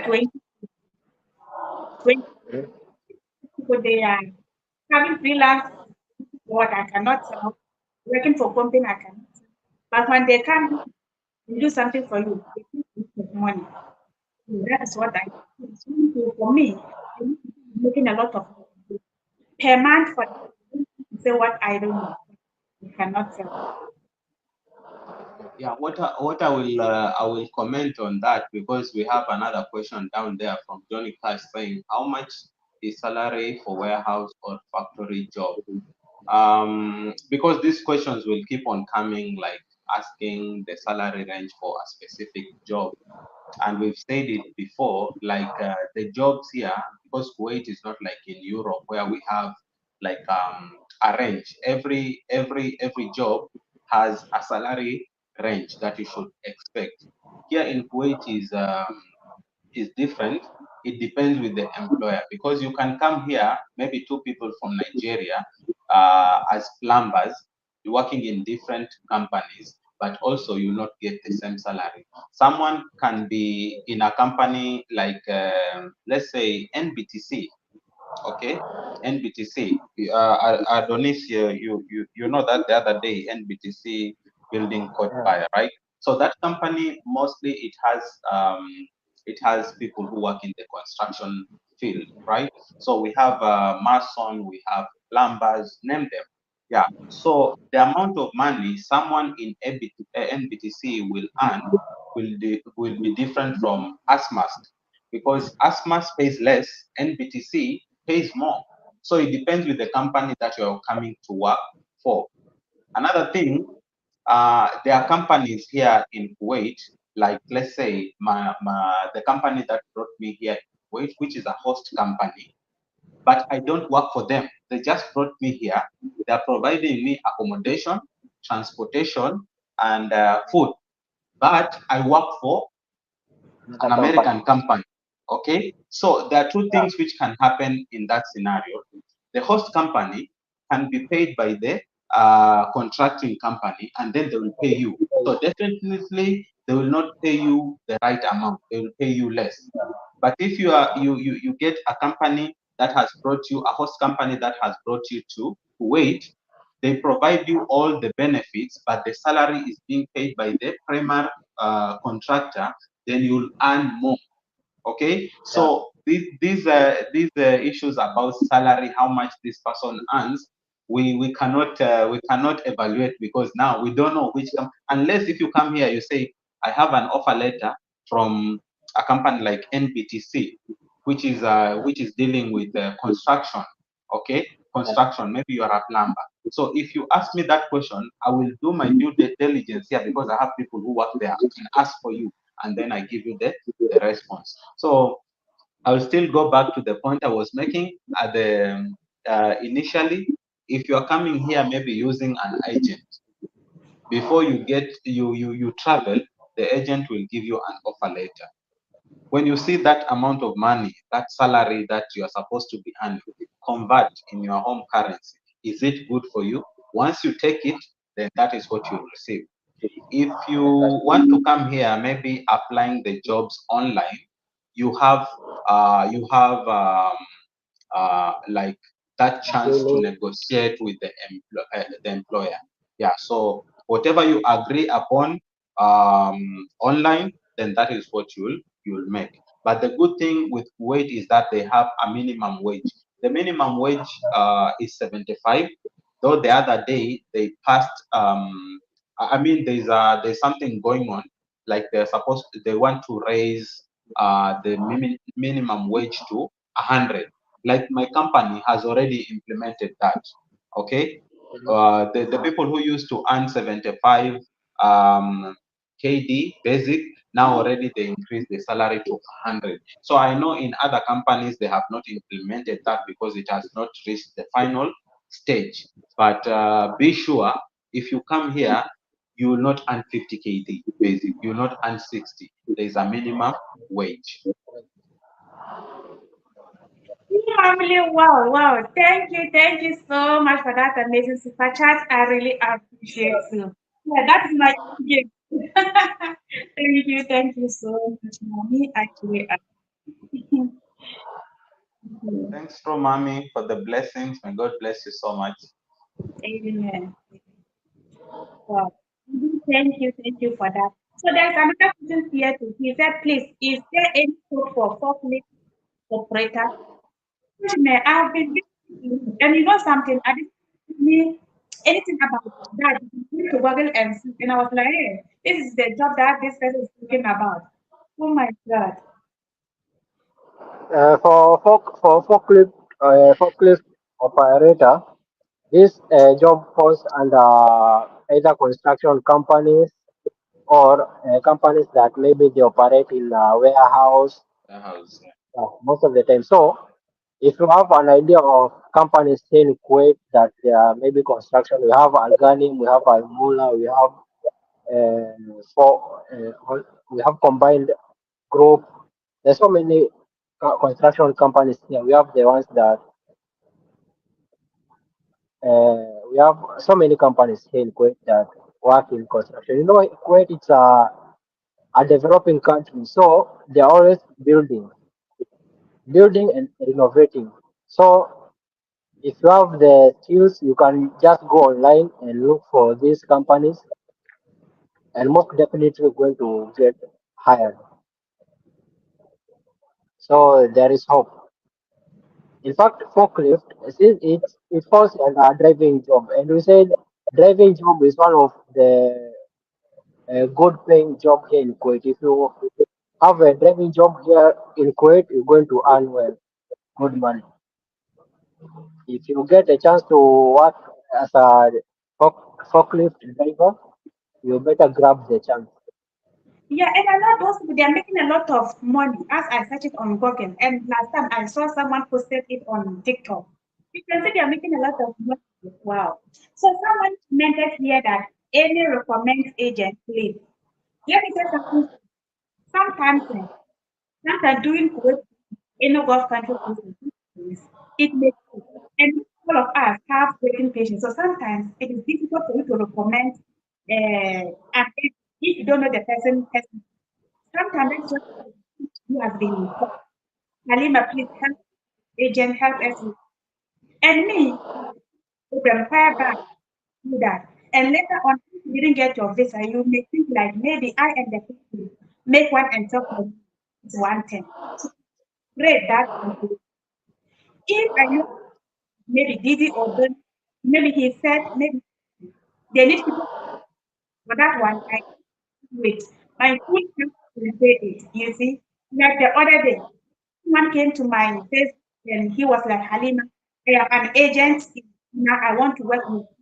So if anyone wants to can you let me know? Me to do that? No, I don't even know from anywhere. You see, so in community sometimes it is not that we don't help you people. If I can do it, you will be happy.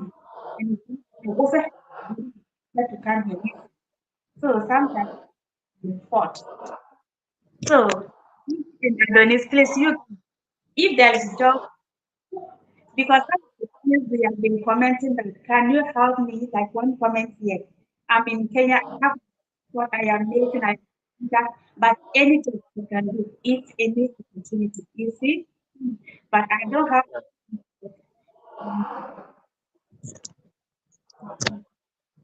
So if the guy gets an opportunity, any job, what I usually tell people is much first one. secure the visa because getting Kuwait visa it's quite difficult. So once you get the visa, come work here for 3 years, get your release, and continue with your career.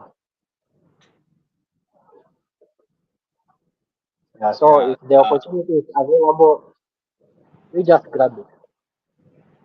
Yeah. What I will advise people is that Kuwait has a lot of opportunities, and the thing that you should know is what we were talking about, the visa. Like if you're coming here, you should understand it's available even online. You can Google, just know the different types of visas being offered in Kuwait. And if you get an employer who is ready to give you visa 18, the Shun visa, be guaranteed that visa you can work anywhere.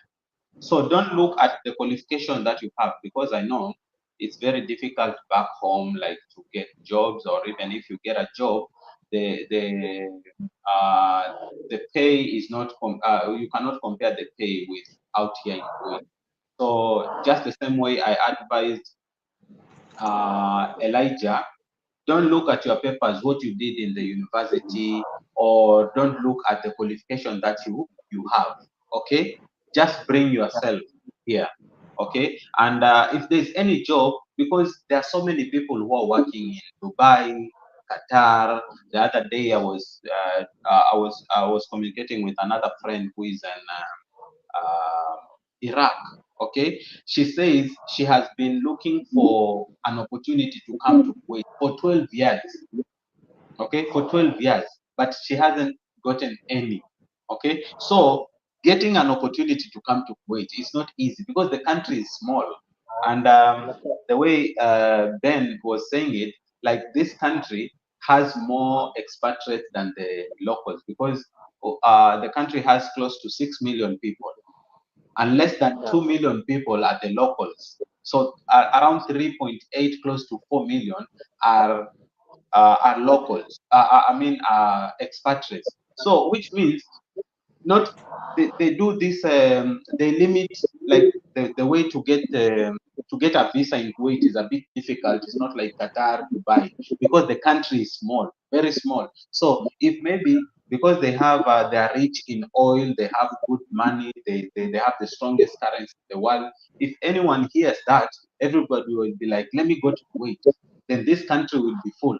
That's why they are putting more barriers or limitations for people to come here. So if you get an opportunity, even if you are it's a job like a janitor, a cleaner, you are cleaning toilets, yeah, that money will not smell shit. Just take that opportunity, as long as you know this visa is visa 18. Come and persevere, stay here 3 years. After 3 years, ask for release. Once you get the release letter, you can now look for a job in your expertise. Whatever you are experienced in, you can take that job. So don't be seated there and say, oh, I want a forklift operator job. I want this job, a plumber job, because you're a plumber. It means you have a good life over there. Take any job that comes around. As long as you can grab it, just come, bring yourself here. That is the same way people do when they want to go to Europe or they want to go to the US. They don't look at what they did back home. They take these small jobs, even if it's janitor, cleaner, warehouse operator, all that stuff. Just find yourself there and then act smart. Thank you so much for this. Thank you, thank you. Oh my God. You see, this is what I've been saying. This is what I've been saying. I know one lady, she said she is a nurse and she wanted to come here to work in the hospital. She like then she came to work as a housemaid. Now she is nurse in Kuwait. And if she feel her salary, you open her mouth. And yes, she came here to work as a kadama. While she was here, she said she was looking into it and this, and then he got the visa. He went back home, sent the visa for him. He came back. You see, like, and I like been trying to get 3 good years. He said if not, he's not traveling to any country. And still this person hasn't give up yet. See? So it is still not easy to get to where it is not like this. Me, I can let you down easy and very, very cheap. Not now. At first it was then, but now like we are going hmm, easy. So what it is true. Any opportunity to get, please grab it and don't waste time. See? So that's Yeah, having said that, I can give two examples or scenarios of people that I know. like in my department where I'm working, I have someone who is earning 500 KD. We are in the same department, but he's earning more. But if he tells you the story, he's an investigator. He's an investigator because he was in the police force in India, and he has done criminology and security studies, like what Elijah was saying, and he's still active. Even now, maybe he's about to go back to his country, but he has been here for 17 years. But you know, being a police officer in India, he didn't come here as a security guard. He came here as a cleaner. He was working outside in another company that was giving 65 KD basic salary, working for 8 hours without overtime, being provided transportation and accommodation, no food, 65 KD. But he stayed in the company until he was released, and then he worked in other companies before he landed to this job. And then there's another lady, a Filipino lady, who came here as a house help. So he worked just like you do. He worked for 3 years, and then she got a friend who was working in another company outside, connected her to the employer, the boss. So she had to exit, and then she got a visa, Okay. visa 18. She came back to Kuwait. So she worked as a cashier in a small retail shop for 3 years, and then where I'm working, um, they opened like they wanted Filipinos because there were no Filipinos. There were Africans, Europeans, Americans, Canadians, Asians, but there were no Filipinos because the project manager had married a Filipino. So he wanted to please the wife. So they did an opening for the Filipinos. So she got lucky, she got that opportunity, and now she's earning 1,200 KD because the Filipinos are being paid like some of the East Europe countries. So they're being paid decent amount. So you can imagine. So you have to bring yourself here before you get the other opportunities. Yeah, In sure. fact, testimonial, some people here, I know some people, like, did you said this too. If what like the Asian country that they give nationality, me, I would have, ha, be a poetry. This, I don't know. People love it. Wow. The money she is collecting, a lot of money. Wow. Wow. In fact, now 3 hours, I think we need to go and take a rest. Yeah, yeah. So, Yes. yeah, so Didi, thank you all for having me. So, what do you have to tell those who are planning to come to Kuwait here? 1 or 2 years for them, we will call it a day.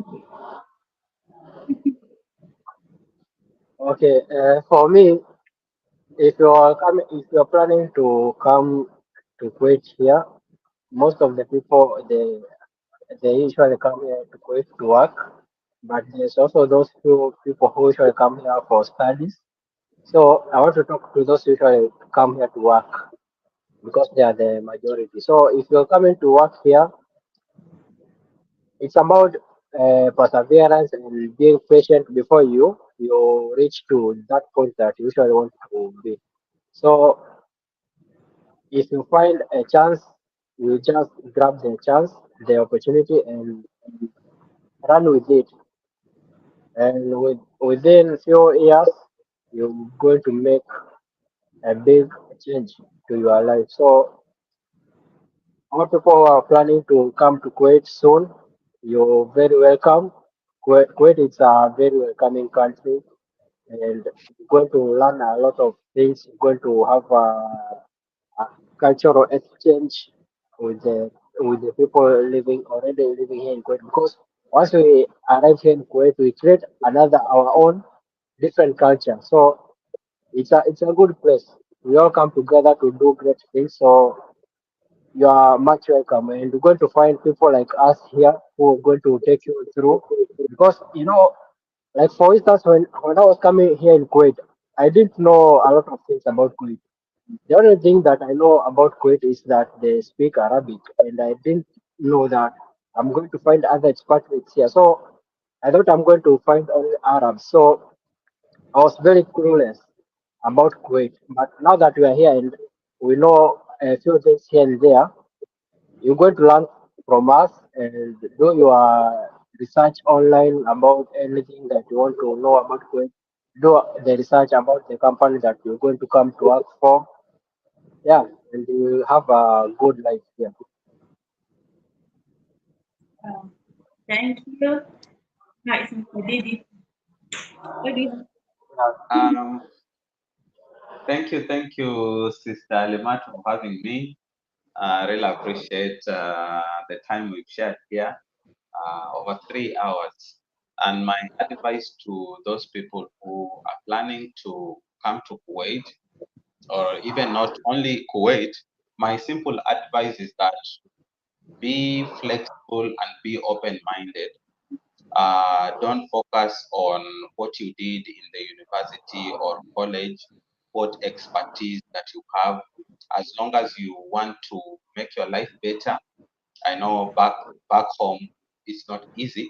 So just grab any opportunity that comes around.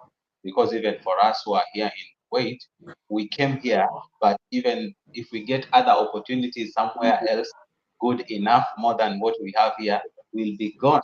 So if you're there and things are not working on your side, just be open-minded, be flexible to work anywhere. So even if we are talking about Kuwait because we're in Kuwait, but if you see there's an opportunity in Qatar, Dubai, or somewhere else, just take that opportunity. Don't look at what you have, because some of us, we came here with our papers.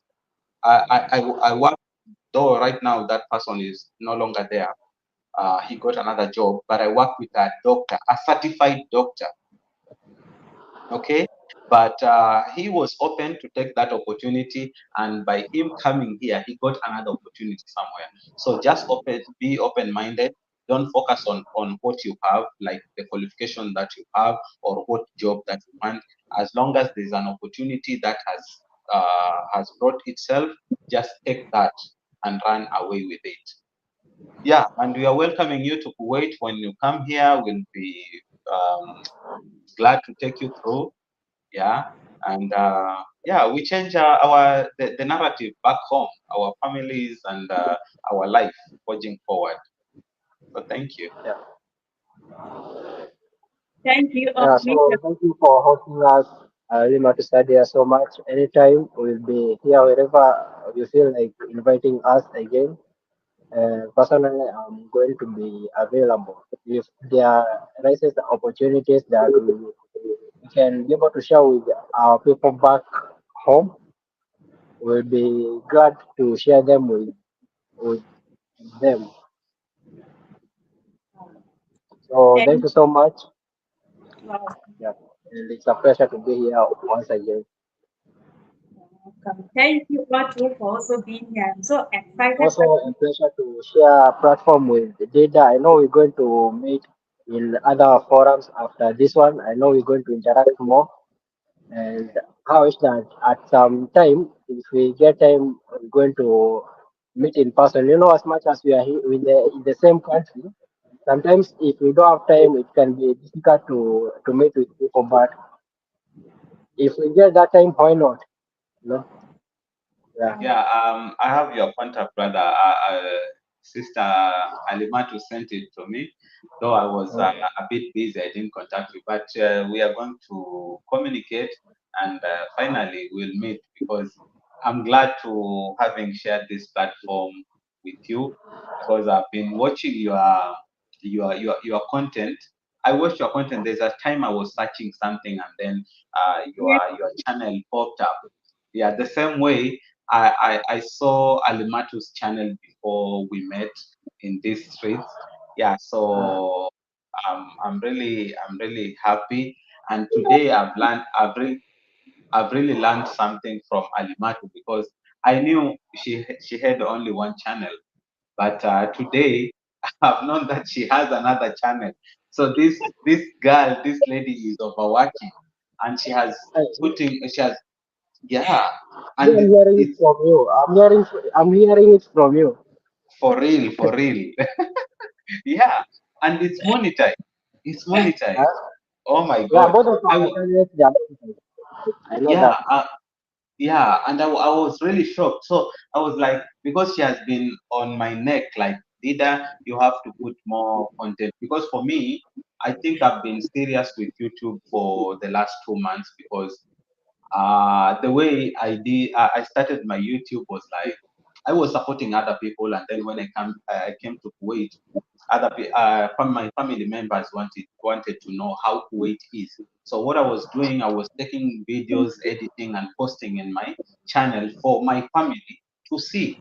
But what happened is that my family used to share my channel to friends so that they can see how Kuwait is, and I saw like the numbers were growing slowly by slowly. But when I came to these streets, I met the likes of Alimatu, Goga, and then people were like, Dida, you have to take this serious. So I've been doing my live stream for 2.5 months right now, and I've grown from 200 subscribers to close to 1.3 now, 1.3K.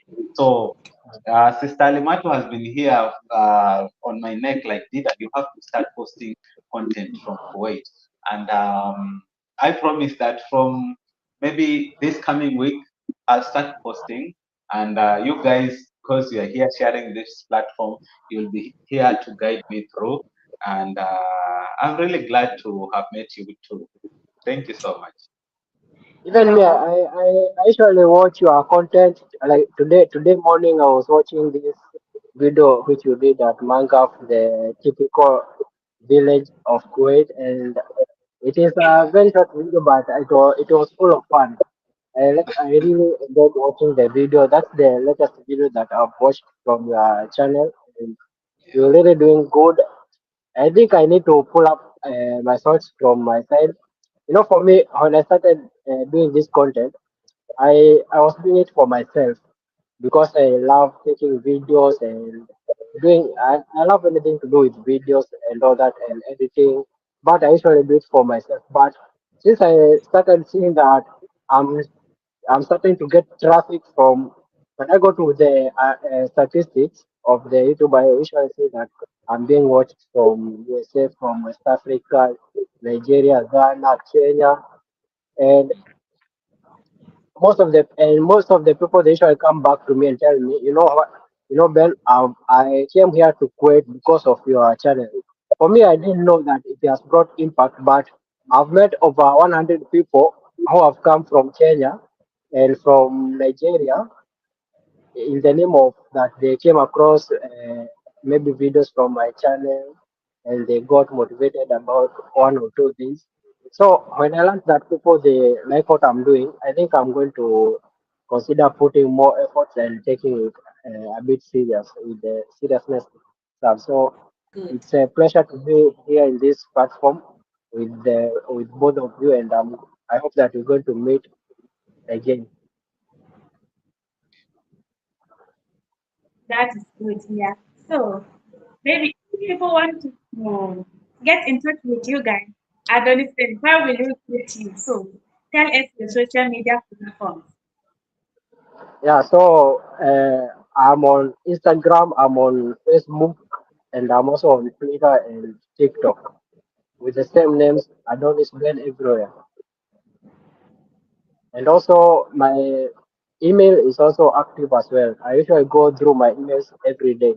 So if you want to reach me at personal level, you can contact me through my email. You can always get my email from my Instagram. It's on the bio. But you can as well message me from all other platforms.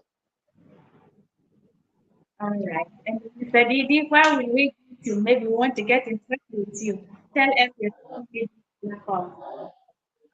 Yeah, for me, I go by the same name you see on your screens. That's my YouTube channel name, Dida Safari. And on YouTube and Instagram. On Instagram is Dida underscore Safari. and not YouTube, but Facebook. Facebook, Dida Safari. So Dida Safari on YouTube, Dida Safari on Facebook, on Instagram, Dida_Safari. And if you want to contact me via email, is didasafari1@gmail.com. So those are the places that you can contact me. If you have any question, I'll be very open to help you out. Yeah. Thank you, guys. I really appreciate a lot. So yeah, guys, if you don't have them, kindly subscribe to our channel. They are in Kuwait here, oh, yes, and they are watching their company. So kindly subscribe to the channel. There will be new videos very soon. Maybe that is chasing watch hours. Yes. And did you have monetized? Pardon? Your channel is not monetized yet. Not yet, but I think I'm very close. I'm very close. Do live stream like Dida. He always do live stream. He will get his own soon. So yes, you guys should start posting videos about Kuwait. No, seriously, and you will see how your channel is going to grow. When I came from Ghana, February, I was posting African content because I have a lot of it. I was under 4K. And then after African content is done, then I started doing Kuwait videos. See, now 5K plus. So please, post if you to once and post video one. Okay, please guys. So thank you all. I really and to all of you who support us, we really appreciate. Yes. So Thank bye you for so now. much. You are welcome. Okay, I thank you so much. we will meet real life, inshallah. If not in Kuwait here, in Africa, one day we'll meet. Sure. Yeah, yeah. Mhm. From All Kenya to right. Ghana, it's visa free for 90 days. So hopefully it's going to make it at some point. You said, hey, he has gone. Okay. Yeah, Bye yeah. bye. He was saying that from here to Ghana, you can get like 90 days visa for 90 days. So hopefully one day we'll meet. Yeah. Yeah, that one for sure, for sure. Yeah, it's Bye. okay. You have a good night and good night, everyone. See you. Bye. So, guys, thank you all for being here, supporting us from start to end. Yes, 8 people still watching. Thank you all for being here. And if you haven't subscribed, kindly subscribe to my channel. And if you don't have them too, please kindly subscribe to them. See you guys in the next video.